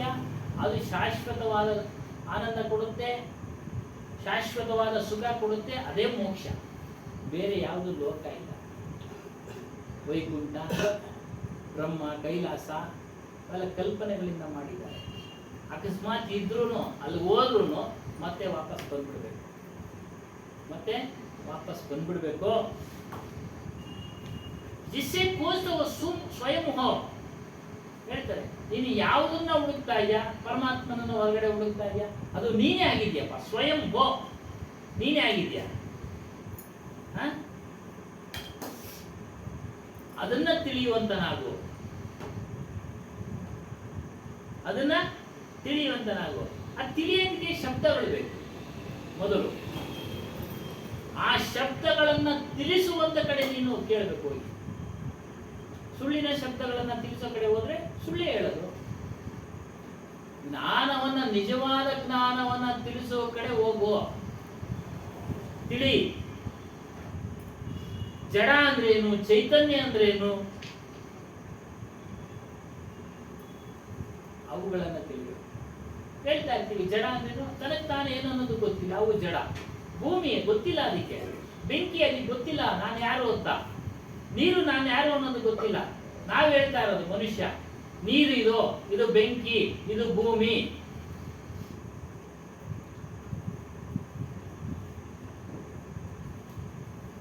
ಅವುಗಳ ಮಹತ್ವವನ್ನ ತಿಳಿದುಕೋ, ಚೈತನ್ಯದ ಮಹತ್ವವನ್ನ ತಿಳಿದುಕೋ, ಜಡದ ಮಹತ್ವವನ್ನ ತಿಳಿದುಕೋ. ಆ ಜಡದ ವಸ್ತುಗಳನ್ನ ಉಪಯೋಗಿಸಿಕೊಂಡು ಜೀವನ ನಿರ್ವಹಣೆ ಮಾಡಿ. ಇವೆಲ್ಲ ಭೂಮಿ ಉಪಯೋಗಿಸ್ತೀವಿ ಬೆಳೆ ಬೆಳೆಯೋದಕ್ಕೆ, ಮನೆ ಕಟ್ಕೊಂಡಿದ್ದೀವಿ ವಾಸ ಮಾಡೋದಕ್ಕೆ ಅಲ್ವಲ್ಲ. ಬೇರೆ ಬೇರೆ ಪದಾರ್ಥಗಳನ್ನ ಬಳಸ್ಕೊಂಡು ನಾವು ಬಟ್ಟೆ ತಯಾರು ಮಾಡ್ಕೊಂಡಿದ್ದೀವಿ. ಕೀಟ ಬಟ್ಟೆ ಉತ್ಪತ್ತಿ ಮಾಡುತ್ತೆ ಅಲ್ವಲ್ಲ. ಅದಕ್ಕೆ ಆಹಾರ ಬೆಳೆಯೋದು ಭೂಮಿನಲ್ಲಿ.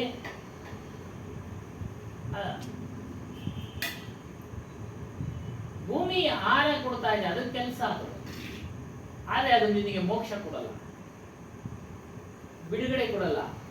ಹುಟ್ಟುಸಾಳು ಬಂದನ್ನು ಬಿಡುಗಡೆ ಕೊಡಲ್ಲ. ಈ ರೀತಿ ವಿಚಾರ ಮಾಡಬೇಕು, ಈ ರೀತಿ ವಿಚಾರ ಮಾಡಬೇಕು. ಭೂಮಿ ತಾಯಿ ದೇವರು ಹೇಳ್ತಾರೆ, ಗೊತ್ತಿಲ್ಲ ಹೇಳ್ತಾರೆ. ಮೋಕ್ಷ ಕೊಡೋದ್ರೆ ಕೊಡುತ್ತಾ, ಅದನ್ನು ವಿಚಾರ ಮಾಡಿ. ಗೌರವದಿಂದ ನೋಡೋದನ್ನು, ಅಗೌರವದಿಂದ ನೋಡ್ಬೇಡ. ಬೆಂಕಿನ ಗೌರವದಿಂದ ನೋಡ್ಬೇಕು, ಅಗೌರವದಿಂದ ನೋಡಿ ಕೈ ಇಟ್ರೆ ಸುಟ್ಬಿಡುತ್ತೆ. ಹಾಗೆ ನೀರನ್ನು ಅಷ್ಟೇ ಗೌರವದಿಂದ ಅದನ್ನು ಉಪಯೋಗಿಸ್ಕೊಳ್ಬೇಕು. ಅತಿಯಾಗಿ ಉಪಯೋಗಿಸಿದ್ರೆ ನಾಶ. ಈ ರೀತಿ ವಿಚಾರ ಮಾಡಬೇಕು ಶಬ್ದಗಳು. ಆದರೆ ಮನುಷ್ಯ ಈ ರೀತಿ ವಿಚಾರ ಮಾಡದೆ ಅನಾದಿ ಕಾಲದಿಂದ ಸುತ್ತುತ್ತಾ ಇದ್ದಾನೆ. ಅನಾದಿ ಕಾಲದಿಂದ ಸುತ್ತುತ್ತಾ ಇದ್ದಾನೆ. ಪೂಜೆಗಳು, ಪುನಸ್ಕಾರಗಳು, ಜಡಶಕ್ತಿಗಳನ್ನ ಪೂಜೆ ಮಾಡ್ತಾ ಮೋಕ್ಷ ಕೊಡು ಅಂತ ಕೇಳ್ತಾ ಅನಾದಿ ಕಾಲದಿಂದ ಸುತ್ತುತ್ತಾ ಇದ್ದಾನೆ. ಮನುಷ್ಯನ ಜೀವನದಲ್ಲಿ ಅವೆಲ್ಲ ಬಂದು ಹೋಗ್ತಾ ಇರ್ತವೆ. ಊಟ ಮಾಡಕ್ಕೆ, ಪದಾರ್ಥಗಳು ಬೇಯಿಸಲಿಕ್ಕೆ ಅಗ್ನಿ ಬೇಕು. ಜೀವ ಇರೋವರೆಗೂ, ಶರೀರ ಇರೋವರೆಗೂ ಆಹಾರ ಬೇಕು, ಬೇಯಿಸ್ಕೊಂಡು ತಿಂತಾ ಇರ್ತೀವಿ. ಆಮೇಲೆ ಅದೇ ಅಗ್ನಿಯಿಂದ ಸುಟ್ಟಾಕ್ತಾರೆ. ನೀರು ಅದೇ ರೀತಿ. ಅಂತ ಹೇಳ್ತಾರೆ ಮಾನವ ಜೀವನದಲ್ಲಿ ಅವೆಲ್ಲ ಬರ್ತಾ ಇರ್ತವೆ, ಹೋಗ್ತಾ ಇರ್ತವೆ. ಶಾಶ್ವತವಾದದ್ದು ಯಾವುದು ಅಂದ್ರೆ ನಿಮ್ಮ ಒಂದು ಸ್ವರೂಪ, ಜ್ಞಾನ ರೂಪ. ನೀನು ನಿನ್ನಲ್ಲಿರತಕ್ಕಂಥ ಅಜ್ಞಾನಗಳನ್ನ ನಾಶ ಮಾಡಿಕೊಂಡ್ರೆ ಕಲ್ಯಾಣ ಆಗತ್ತೆ. ಅಜ್ಞಾನ ಅಂದ್ರೇನು? ಮುಕ್ತಿ ಕೊಡುವಂತ ಬೇರೆ ಬೇರೆ ಜಡದ ಶಕ್ತಿಗಳನ್ನ ಕೇಳೋದು, ಪೂಜೆ ಮಾಡೋದು. ಅದರಲ್ಲಿ ಜೀವಾತ್ಮನಿದ್ದಾನೆ ಅನ್ನೋದು ತಿಳಿಯೋದು, ಪೂಜೆ ಪುನಸ್ಕಾರಗಳು ಮಾಡೋದು, ಇವೆಲ್ಲ ಅಜ್ಞಾನ. ಇವೆಲ್ಲ ಅಜ್ಞಾನ. ದಿನ ರೂಢಿಯಿಂದ ಏನೋ ಮಾಡ್ಕೊಂಡು ಬಂದಿರ್ತಾರೆ, ಮಾಡ್ತಾ ಇರ್ತಾರೆ. ಆದರೆ ನೀನು ಒಬ್ಬ ಆಧ್ಯಾತ್ಮಿಕ ಸಾಧಕನಾದ ಮೇಲೆ ಅವೆಲ್ಲ ಏನು ಬೇಕಾಗಿಲ್ಲ, ಅವೆಲ್ಲ ಏನು ಬೇಕಾಗಿಲ್ಲ. ಈ ಶರೀರ ಬಂದಿರೋದು ಕಲ್ಯಾಣ ಮಾಡ್ಕೊಳ್ಳೋಕ್ಕೆ, ಒಳ್ಳೇದನ್ನು ಮಾಡ್ಕೊಳ್ಳೋಕ್ಕೆ, ಬಿಡುಗಡೆ ಮಾಡ್ಕೊಳ್ಳೋದಕ್ಕೆ ಒಂದು ಸಾಧನನಪ್ಪ, ಒಂದು ಉಪಕರಣ. ಇದನ್ನ ಸದುಪಯೋಗ ಪಡಿಸಿಕೊಂಡು ವಿಷಯ ವಾಸನೆಗಳು ನಿನ್ನನ್ನು ಪ್ರಬಲವಾದ ಬಂಧನದಲ್ಲಿ ದೂಡ್ತವೆ. ಬಿಡಿಸ್ಕೊಳಕ್ ಆಗದೆ ಇರತಕ್ಕಂಥ ಬಂಧನ ಅವೆಲ್ಲ. ಅವುಗಳನ್ನ ಎಷ್ಟು ಬೇಕೋ ಅಷ್ಟು ಜೀವನದಕ್ಕೆ ಅವಶ್ಯಕತೆ. ಅತಿಯಾಗಿ ತೆಗೆದುಕೊಂಬೇಡ. ಇವಾಗ ಹೇಳ್ತಾರೆ ಅತಿಯಾಗಿ ಯಾವುದನ್ನು ಇಚ್ಛೆ ಪಡ್ಬೇಡಪ್ಪ. ಎಷ್ಟು ಬೇಕೋ ಅಷ್ಟು ನೀನು ಅವಶ್ಯಕತೆಗೆ ಎಷ್ಟು ಬೇಕೋ ಅಷ್ಟು ಉಪಯೋಗಿಸ್ಕೋ. ಇಲ್ಲ ಅಂದ್ರೆ ಅವೆಲ್ಲ ತೊಂದರೆ ಮಾಡ್ತಾರೆ. ಯಾವ ಪ್ರಾಣಿ ಪದಾರ್ಥದಲ್ಲಿ ತೀವ್ರವಾದ ಆಸೆ ಇಲ್ಲದೆ ವರ್ತಮಾನದಲ್ಲಿ ಜೀವನ ಮಾಡ್ತಾ ಇರೋದು ಮತ್ತು ಸ್ವರೂಪ ಸ್ಥಿತಿಯಲ್ಲಿ ಸ್ಥಿರವಾಗಿರುವುದು, ಇದು ವೈರಾಗ್ಯದ ಲಕ್ಷಣ. ಯಾವುದರಲ್ಲೂ ತೀವ್ರವಾದ ಆಸೆ ಇರಬಾರ್ದು. ಅತಿಯಾಗಿ ತಿನ್ನೋದು, ಅತಿಯಾಗಿ ಇಚ್ಛೆ ಪಡೋದು, ಅತಿಯಾಗಿ ಬಯಕೆ ಮಾಡೋದು, ಅವೆಲ್ಲ ನಾನು ಹೋಗ್ಲೇಬೇಕು ಇಂಥ ಸ್ಥಳಕ್ಕೆ ಅನ್ನೋದು, ಅವೆಲ್ಲ ತೀವ್ರವಾದ ಬಯಕೆ. ಅನುಕೂಲ ಇದ್ರೆ ಹೋಗ್ಬೋದು, ದೇಶ ನೋಡ್ಬೋದು, ಸುತ್ತಬಹುದು, ಊಟನೂ ಐತೆ ಇದ್ರೆ ಮಾಡ್ಬೋದು. ಆದರೆ ಮಾಡಿಬಿಟ್ಟಿದ್ದೀವಿ ಅಂತ ಎಲ್ಲ ಒಂದೇ ದಿನ ತಿನ್ನಕ್ಕಾಗ್ತಿಲ್ಲ, ಇಲ್ಲ. ಅದಕ್ಕೆ ತೀವ್ರವಾದ ಆಸಕ್ತಿ ಇಲ್ಲದೆ ವರ್ತಮಾನದಲ್ಲಿ ಜೀವಿಸಿರಿ.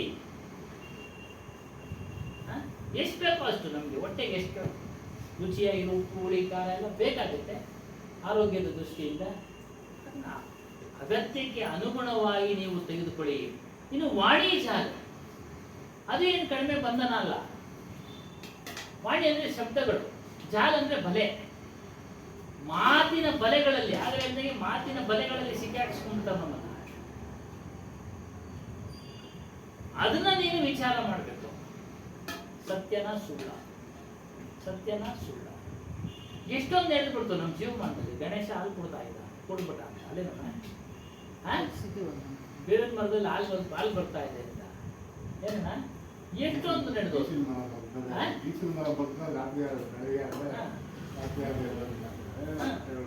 ಹಾಗೆ ಅವೆಲ್ಲ ನಡೀತಾ ಇದೆಯಾ ಇವಾಗ? ಏನಮ್ಮ ಏನ್ ಹೇಳ್ರಿ, ನಿಮ್ಮ ಅಭಿಪ್ರಾಯಗಳು ಏನದು, ಸಲಹೆಗಳು ಏನಾಗ ತಗೊಳ್ಳೋಣ. ಇದೇ ಹೊಸರೋಡ್ನಾಗೆ ಬೇವಿನ ಮರದಲ್ಲಿ ಹಾಲು ಬಂದ್ಬಿಡ್ತು ಅಂತ ಒಂದು 10 ದಿನ ಅದು ಪವಾಡ ಅಂತೇಳಿ ಪೂಜೆ ಮಾಡಿದ್ವಿ. ಇವತ್ತು ಒಣಗ್ತಾ ಬಿದ್ದೈತೆ. ಯಾರು ಕೇಳೋರಿಲ್ಲ. ಇನ್ನೂ ಸ್ವಲ್ಪ ದಿನ ನಡೀತು, ಯಾರೋ ಏನೋ ಉತ್ಪತ್ತಿ ಮಾಡಿಬಿಡ್ತಾರೆ ನೋಡಿ. ಇದು ವಾಣಿಜ್ಯಾಲ,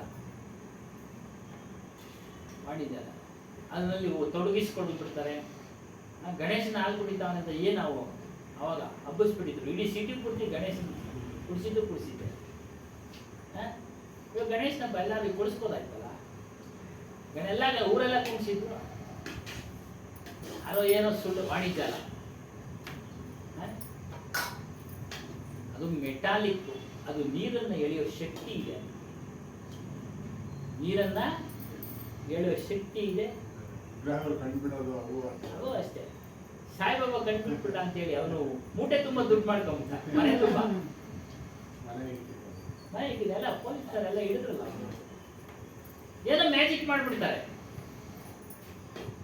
ವಾಣಿಜ್ಯ ಎಚ್ಚರಿಕೆ. ಅದಕ್ಕೆ ಹೇಳ್ತಾರೆ ವಾಣಿಜ್ಯಾಲಕ ಅರ್ಥ ಈ ಶಾಸ್ತ್ರ ಜಾಲ. ಶಾಸ್ತ್ರಗಳು ತಿಳಿಸ್ಬಿಟ್ಟಿರ್ತಾರೆ, ಅದು ಮಾಡಿ ಇದು ಮಾಡಿ ನಿಮ್ಗೆ ಒಳ್ಳೇದಾಗ್ಬಿಡುತ್ತೆ. ನಾವು ಏನು ಪಡ್ಕೊಂಡಿದ್ದೀವೋ ಅದೇ ಸಿಗೋದು, ಇಲ್ಲಾಂದ್ರೆ ಏನು ಸಿಗೋದಿಲ್ಲ. ಹೆಚ್ಚಾಗಿ ಏನು ಸಿಗೋದಿಲ್ಲ. ಯಾರಿಗೋ ಸಿಗುತ್ತೆ, ಯಾರಿಗೋ ಒಂದು ಪೇಪರ್ ಅವನಿಗೆ 80 ಲಕ್ಷ ಡೈಮಂಡ್ ಸಿಕ್ಬಿಡುತ್ತಂತೆ. ಬಂತು, ಸಿಗೋದಿತ್ತು ಅವನಿಗೆ ಸಿಕ್ತು ಅಷ್ಟೇ, ಎಲ್ಲರಿಗೂ ಸಿಗಲ್ವಲ್ಲ. ಆಗಾಗ್ಬಿಡುತ್ತೆ, ಈಗಾಗ್ಬಿಡುತ್ತೆ, ಆ ಪೂಜೆ ಮಾಡಿ ಈ ಪೂಜೆ ಮಾಡಿ ಅಲ್ಲ. ಯೋಚನೆ ಮಾಡಿ ಆಸೆ ಪಟ್ಟು ಏನು ಮಾಡಕ್ಕೆ ಹೋಗ್ಬೇಡಿ. ಯಾವುದು ಏನು ಆಗೋದಿಲ್ಲ. ಅದೇನು ಆಗ್ಬೇಕಂದ್ರೆ ನೀವು ಹಿಂದಿನ ಜನ್ಮದಲ್ಲಿ ಪ್ರಯತ್ನ ಪಟ್ಟಿರ್ತೀರ. ಈ ಒಂದು ಸ್ವಲ್ಪ ಇರುತ್ತೆ, ಆಗುತ್ತೆ ಅಷ್ಟೇ. ಎಲ್ಲರಿಗೂ ಆಗೋದಿಲ್ಲ, ಎಲ್ಲರಿಗೂ ಆಗೋದಿಲ್ಲ. ಇನ್ನೊಂಥರ ಹೇಳ್ತಾರೆ, ಈಶ್ವರ, ಬ್ರಹ್ಮ, ಪರಮಾತ್ಮ ಇವೆಲ್ಲ ಹೊರಗಡೆ ಇದ್ದು ನಮ್ಮನ್ನ ಆಡಿಸ್ತಾ ಇದ್ದಾರೆ ನೋಡಿ. ಇವೆಲ್ಲ ವಾಣಿಜ್ಯ, ನಮ್ಮನ್ನು ನಡೆಸ್ತಾ ಇದ್ದಾರೆ ವಾಣಿಜ್ಯ. ಮೋಕ್ಷದ ವಿಚಾರದಲ್ಲಿ ಹೊರಗಡೆ ತಿಳಿಸ್ತಾರೆ, ಇವೆಲ್ಲ ವಾಣಿಜ್ಯ. ಇವುಗಳನ್ನೆಲ್ಲ ವಿಚಾರ ಮಾಡಿ, ಇವುಗಳನ್ನೆಲ್ಲ ವಿಚಾರ ಮಾಡಿ, ವಿಚಾರ ಮಾಡಿ ನೀವು ಹೆಜ್ಜೆ ಇಡಿ. ಕಬೀರ್ ಸಾಹೇಬ್ರು ಹೇಳ್ತಾರೆ, ನನ್ನ ಜ್ಞಾನವೂ ಅಷ್ಟೇ, ನಾನು ತಿಳಿಸಿರ್ತಕ್ಕಂಥ ವಿಚಾರಗಳು ಅಷ್ಟೇ. ಸತ್ಯ ಆದ್ರೆ ಇಷ್ಟ ಆದ್ರೆ ಒಪ್ಕೊಳ್ಳಿ, ಇಲ್ಲ ಅಂದ್ರೆ ಬಿಟ್ಟು. ಬಲಂತ ಇಲ್ಲ, ಬಲಂತ ಇಲ್ಲ. ಯಾರು ತನ್ನ ಸ್ವರೂಪವನ್ನ ತಿಳಿತಾರೋ ಅವರು ಸರ್ವೋತ್ತಮರು, ಅವರು ಸರ್ವೋತ್ತಮರು, ಸರ್ವೋತ್ತಮರು.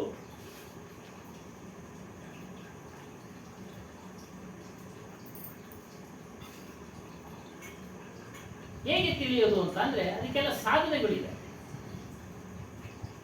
ನಮ್ಮ ಮನಸ್ಸನ್ನ ತಪ್ಪು ಹಾದಿಯಲ್ಲಿ ತೆಗೆದುಕೊಂಡು ಹೋಗಬೇಡಿ. ಮನಕ್ಕೆ ಬುರೆ ಪತ್ನಿ ನಾ ಜಾನ. ನಾ ಅಂದ್ರೆ ಹೋಗಬೇಡಿ, ಜಾನ ಅಂದ್ರೆ ಹೋಗಬೇಡಿ, ನಾ ಜಾನ ಅಂದ್ರೆ ಹೋಗಬೇಡಿ.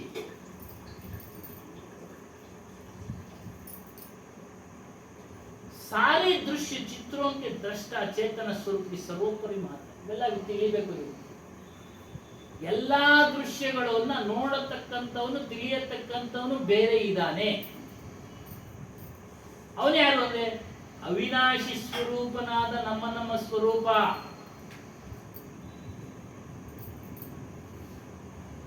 ಶರೀರ ರಚನೆ ಕರ್ತಾ ಬಂತಾಯಿ ನಾವೆಲ್ಲ ತಿಳ್ಬಿಟ್ಟಿದೀವಿ. ಯಾರೋ ದೇವರು ನಮ್ಮನ್ನು ಸೃಷ್ಟಿ ಮಾಡ್ತಾರೆ, ನಮ್ಮ ಶರೀರವನ್ನ ದೇವರು ಸೃಷ್ಟಿ ಮಾಡ್ತಾರೆ. ಎಲ್ಲ ಕೇಳಿದ್ದೀರಾ? ಈಗ ಸೃಷ್ಟಿ ಹೇಗಾಗ್ತಾ ಇದೆ? ಈ ಪುರುಷರ ಸಂಯೋಗದಿಂದ ಸೃಷ್ಟಿ ಆಗ್ತಾ ಇದೆ ಮನುಷ್ಯನ ದೇಹ. ಸ್ತ್ರೀ ಆಗಿರ್ಬೋದು, ಪುರುಷರಾಗಿರ್ಬೋದು, ಪ್ರಾಣಿಗಳಿಗೂ ಅಷ್ಟೇ. ಉದಾಹರಣೆ ಕೊಡ್ತಾರೆ, ಕುಂಬಾರನು ಮಣ್ಣಿನಿಂದ ಮಡಕೆ, ವಿಧ ವಿಧವಾದ ಮಡಕೆಗಳನ್ನ ಮಾಡ್ತಾನೆ. ಏನಕ್ಕೆ ಮಣ್ಣಿನಿಂದ ಮಾಡ್ತಾನೆ ನೋಡಿ, ಅವನು ಸೃಷ್ಟಿ ಮಾಡತಕ್ಕಂಥದ್ದು. ಅದೇ ರೀತಿ ಮನುಷ್ಯರು ಸೃಷ್ಟಿಯಾಗಿರೋದು ಸ್ತ್ರೀ ಪುರುಷರ ಸಂಯೋಗದಿಂದ. ಇಚ್ಛೆಗಳಿಗೆ ಅನುಸಾರವಾಗಿ ಅರಿವು ಸ್ವರೂಪನು ತನ್ನ ದೇಹವನ್ನ ತಯಾರು ಮಾಡಿಕೊಳ್ತಾನೆ. ಸ್ತ್ರೀ ಪುರುಷರ ಸಂಯೋಗದಿಂದ ಸೃಷ್ಟಿಗೆ ಕಾರಣರಾದರೂ ಸಹ ಇಚ್ಛೆ, ತನ್ನ ಹಿಂದಿನ ವಾಸನೆಯಿಂದ, ಇಚ್ಛೆಯಿಂದ ಸ್ವರೂಪನು ತನ್ನ ದೇಹವನ್ನ ಸೃಷ್ಟಿ ಮಾಡಿಕೊಳ್ತಾನೆ. ಹೇಗೆ? ಮರಣಿಸುವಾಗ ನಾನು ಸುಂದರನಾಗಿ ಹುಟ್ಟಬೇಕು ಅನ್ಕೊಂಡಿರ್ತಾನೆ, ಅದೇ ರೀತಿ ಮಾಡ್ಕೊಳ್ತಾನೆ. ಬೇರೇನೋ ಕಲ್ಪನೆಗಳನ್ನು ಮಾಡ್ಕೊಂಡಿರ್ತಾನೆ, ಅದರಂತೆ ಹುಟ್ಟುತ್ತಾನೆ. ಬೇರೆ ಯಾರೂ ಸಹ ಹುಟ್ಟೋದಿಲ್ಲ. कर्म वासनों के संयोग से रज वीर्य से शरीर को रचना स्वयं होती है. कर्म ವಾಸನೆಗಳಿಗೆ ಅನುಗುಣವಾಗಿ ಸ್ವರೂಪ ದೇಹವನ್ನು ಸೃಷ್ಟಿ ಮಾಡಿಕೊಳ್ತಾನೆ. ಬೇರೆ ಯಾರು ಸೃಷ್ಟಿ ಮಾಡೋಕ್ಕೆ ಸಾಧ್ಯ ಇಲ್ಲ. ಯಾವ ರೀತಿ ಅಂತಂದ್ರೆ, ಒಂದು ಕಾಡಿನಲ್ಲಿ ಮರ ಗಿಡಗಳು ಅಷ್ಟೊಂದು ಬೆಳಿತವೆ, ಯಾರನ್ನ ನೀರು ಹಾಕ್ತಾರ? ಯಾರು ಹಾಕೋದಿಲ್ಲ. ಮಳೆ ಬರುತ್ತೆ, ಮಣ್ಣಿರುತ್ತೆ, ಬೀಜಗಳು ಬಿದ್ದಿರ್ತವೆ, ಗಾಳಿ ಬೆಳಕು ಇವುಗಳೆಲ್ಲ ತೆಗೆದುಕೊಂಡು ಅದು ದೊಡ್ಡ ಮರಗಳಾಗ್ತವೆ, ದೊಡ್ಡ ಮರಗಳಾಗ್ತವೆ. ಅದೇ ರೀತಿಯಾಗಿ ಮನುಷ್ಯನು ಮಾಡಿದಂಥ ಕರ್ಮದ ಆಧಾರದ ಮೇಲೆ ತನ್ನ ಒಂದು ಸ್ವರೂಪ, ಒಂದು ಸ್ತ್ರೀ ದೇಹ, ಪುರುಷ ದೇಹ ಇವೆಲ್ಲ ಸೃಷ್ಟಿ ಅವನೇ ಮಾಡ್ಕೊಳ್ತಾನೆ. ಕಾರಣಕರ್ತರಷ್ಟೇ ಸ್ತ್ರೀ ಪುರುಷರು ಅಷ್ಟೇ. ಇನ್ನು ಒಂದು ರೂಪ ಎಲ್ಲ ಅವನೇ ಮಾಡ್ಕೊಳ್ಳೋದು, ಅದು ಕರ್ಮಕ್ಕೆ ಅನುಗುಣವಾಗಿ ಅದೇ ಆಗ್ತಾ ಇರುತ್ತೆ. ಬೇರೆ ಯಾರು ನಿಮ್ಮ ಹಣೆ ಬರ ಬರೆಯೋದಿಲ್ಲ. ಎಲ್ಲವೂ ಅಷ್ಟೇ ಅವರವ್ರ ಪ್ರಾರಂಭ ಕರ್ಮ.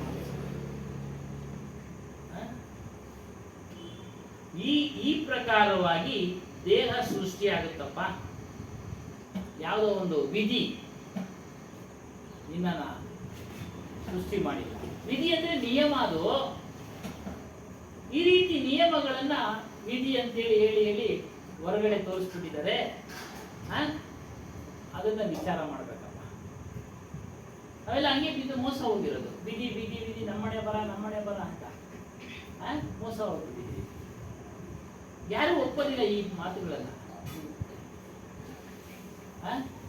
ಈ ಒಂದು ವಿಚಾರಗಳನ್ನ ಯಾರೂ ಒಪ್ಪೋದಿಲ್ಲ.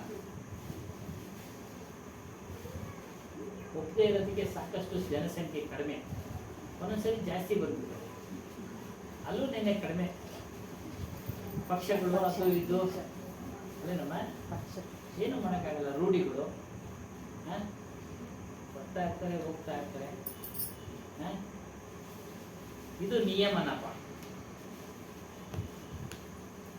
ಸೃಷ್ಟಿಗಳ ನಿಯಮಗಳ ಅನುಗುಣವಾಗಿ ಇವೆಲ್ಲ ಆಗ್ತಾ ಇದ್ದಾರೆ.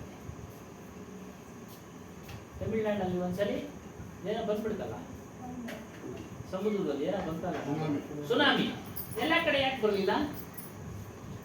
ಕರ್ನಾಟಕದಲ್ಲಿ ಉಡುಪಿ ಕಡೆ ಎಲ್ಲ ಸಮುದ್ರ ಇದೆ, ಬರ್ಲಿಲ್ವಲ್ಲ. ಬಾಂಬೆ ಕಡೆ ಇದೆ, ಬರ್ಲಿಲ್ವಲ್ಲ. ಅಲ್ಲಿನ ಹವಾಗುಣ ಆ ರೀತಿ ಉತ್ಪತ್ತಿ ಆಗುತ್ತೆ. ಅಣುಗಳ ವಿಚಾರ ಅದು ಇದೆಲ್ಲ ಇದೆ, ಚೆನ್ನಾಗಿದೆ. ಅಣು, ಪರಮಾಣು, ಶ್ರೇಣು ಇವೆಲ್ಲ ಅವುಗಳೆಲ್ಲ ಸಂಯೋಗ ಆದಾಗ ಘರ್ಷಣೆಗಳಾಗ್ತವೆ. ವಿಯೋಗ ಆದಾಗ ಕಡಿಮೆ ಆಗ್ತದೆ. ಅಣುಗಳು ಅಂದ್ರೆ ಸಣ್ಣ ಸಣ್ಣ ಕಣಗಳು, ಅವೆಲ್ಲ ಹೆಚ್ಚಿನ ರೂಪದಲ್ಲಿ ಒಂದಕ್ಕೊಂದು ಸೇರಿದಾಗ ಆ ರೀತಿ ಅಹಿತಕರ ಘಟನೆಗಳಾಗ್ತವೆ. ಕೆಲವು ಕಡೆ ಆಗ್ತಾನೆ ಇರ್ತಾರೆ. ಅದು ಅಲ್ಲಿನ ಒಂದು ಸ್ಥಳದ ಒಂದು ಇದು. ಇಲ್ಲೆಲ್ಲ ಆಗದೇ ಇಲ್ಲ. ನಮ್ಮ ಬೆಂಗಳೂರು ಸಮುದ್ರಕ್ಕಿಂತ ಎಷ್ಟು ಎತ್ತರ ಇದೆ? ಸಾವಿರಾರು ಅಡಿಗಳ ಎತ್ತರ ಇದೆ. ಇಲ್ಲಿ ಆಗೋದಿಲ್ಲ. ಹತ್ರ ಇರೋ ಕಡೆ ಅವೆಲ್ಲ ಆಗ್ತಾ ಇದೆ. ಅವೆಲ್ಲ ಅದರದೇ ಆದಂತ ನಿಯಮ. ಶರೀರದ ನಿಯಮ. ವಯಸ್ಸಾದಂಗೆಲ್ಲ ಕೂದಲು ಬೆಳ್ಳಗಾಗೋದು ನಿಯಮ. ಕಣ್ಣು ಕಾಣಿಸ್ತಾ ಇರೋದು ನಿಯಮ.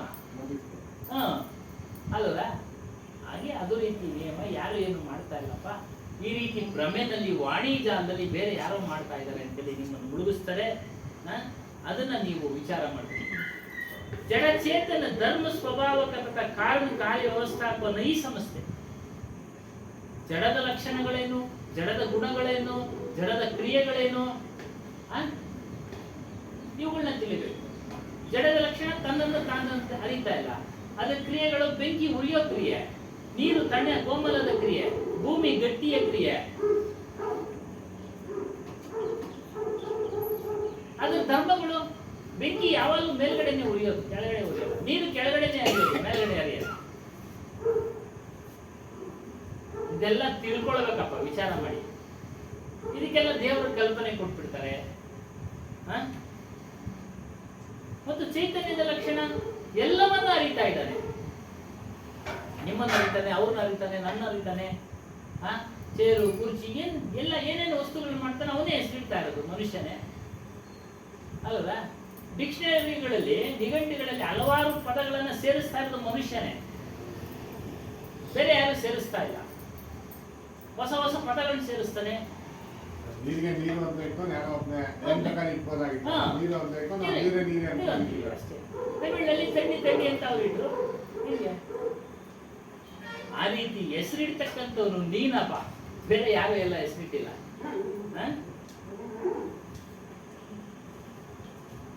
ಯಾವ ಒಬ್ಬ ಈಶ್ವರ ಹೆಣ್ಣಿನ ಗರ್ಭದಲ್ಲಿ ಕುಳಿತು ಸೃಷ್ಟಿ ಮಾಡ್ತಾ ಇಲ್ಲ. ಆ ರೀತಿ ಸೃಷ್ಟಿ ಮಾಡುವುದಾದ್ರೆ 84 ಲಕ್ಷ ಜೀವರಾಶಿಗಳಲ್ಲಿ ಎಷ್ಟೋ ಪ್ರಾಣಿಗಳಿದಾವೆ, ಮನುಷ್ಯನು ಅಲ್ಲದೆ. ಎಲ್ಲರ ಗರ್ಭದಲ್ಲಿ ಹೋಗಿ ಅವನು ಸೃಷ್ಟಿ ಮಾಡ್ತಾ ಇದ್ದಾನ. ಇದು ಈ ಪ್ರಾಣಿ, ಇದು ಈ ಪ್ರಾಣಿ, ಇದು ಈ ಪ್ರಾಣಿ ಆಗ್ಬೇಕು ಅಂತ ಇಲ್ಲ.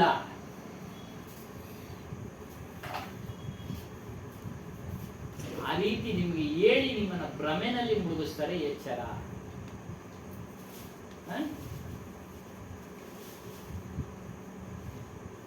ಒಂದು ಉದಾಹರಣೆ ಕೊಡ್ತಾರೆ. ಪ್ರಾಣಿಗಳಲ್ಲಿ ನವಿಲು, ಅದರ ಒಂದು ರೆಕ್ಕೆಗಳು ವಿಚಿತ್ರವಾಗಿದ್ದಾವೆ. ಅಂತ ನವಿಲುಗಳು ಎಷ್ಟೋ ಅಲ್ವಾ, ಎಷ್ಟೋ ಇರ್ತವೆ. ಎಲ್ಲದಕ್ಕೂ ಹೋಗಿ ಅವನು ಬರೀತಾ ಇರ್ತಾನೆ ಕುಳಿತು ಅದರಲ್ಲಿ. ಪಕ್ಷಿಗಳಲ್ಲಿ ವಿಧ ವಿಧವಾದ ಬಣ್ಣ ಬಣ್ಣದ ಪಕ್ಷಿಗಳು,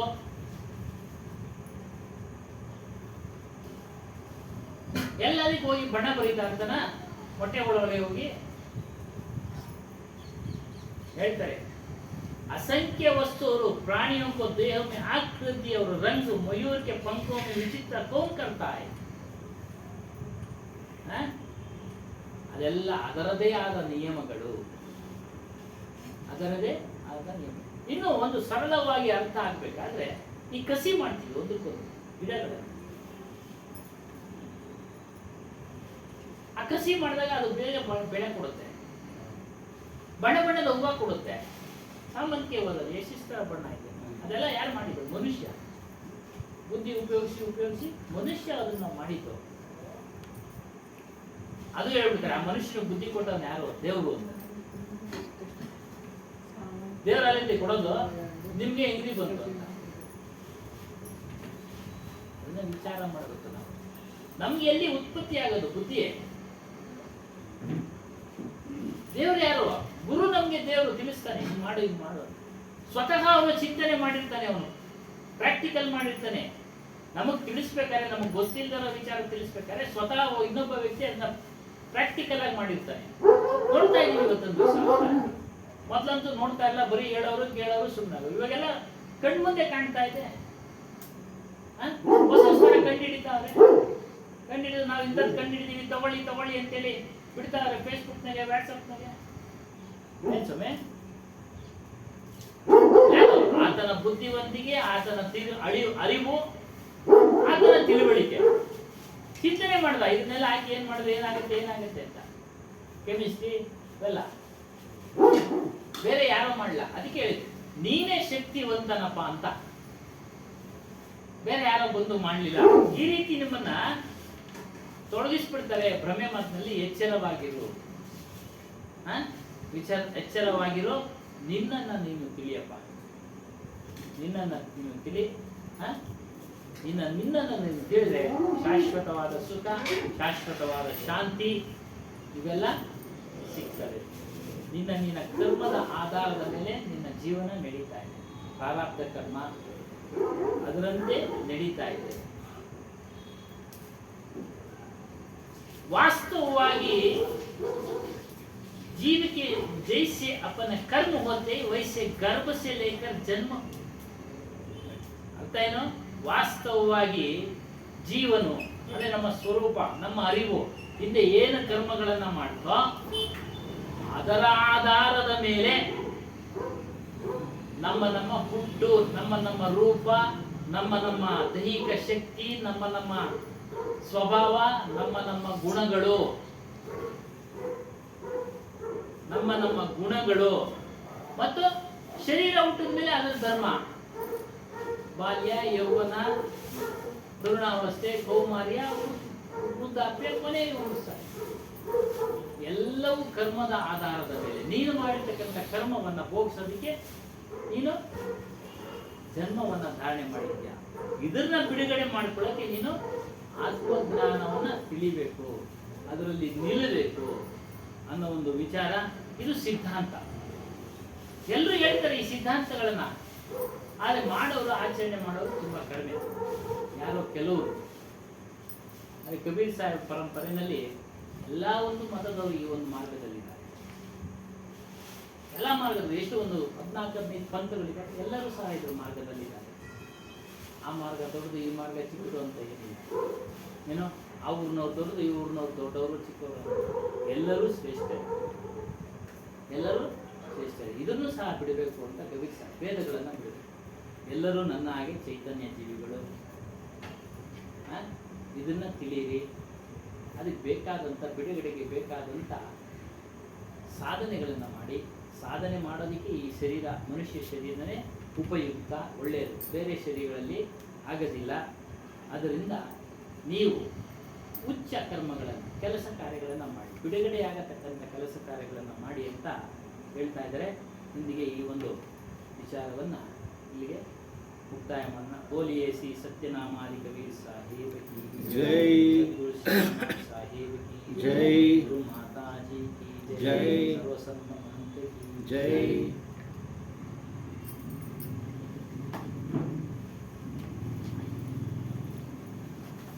ಇವೊಂದು 10-15 ಬುಕ್ ತರ್ತೀವಮ್ಮ, ಎಲ್ಲರೂ ಓದ್ಕೊಳ್ಳಿ.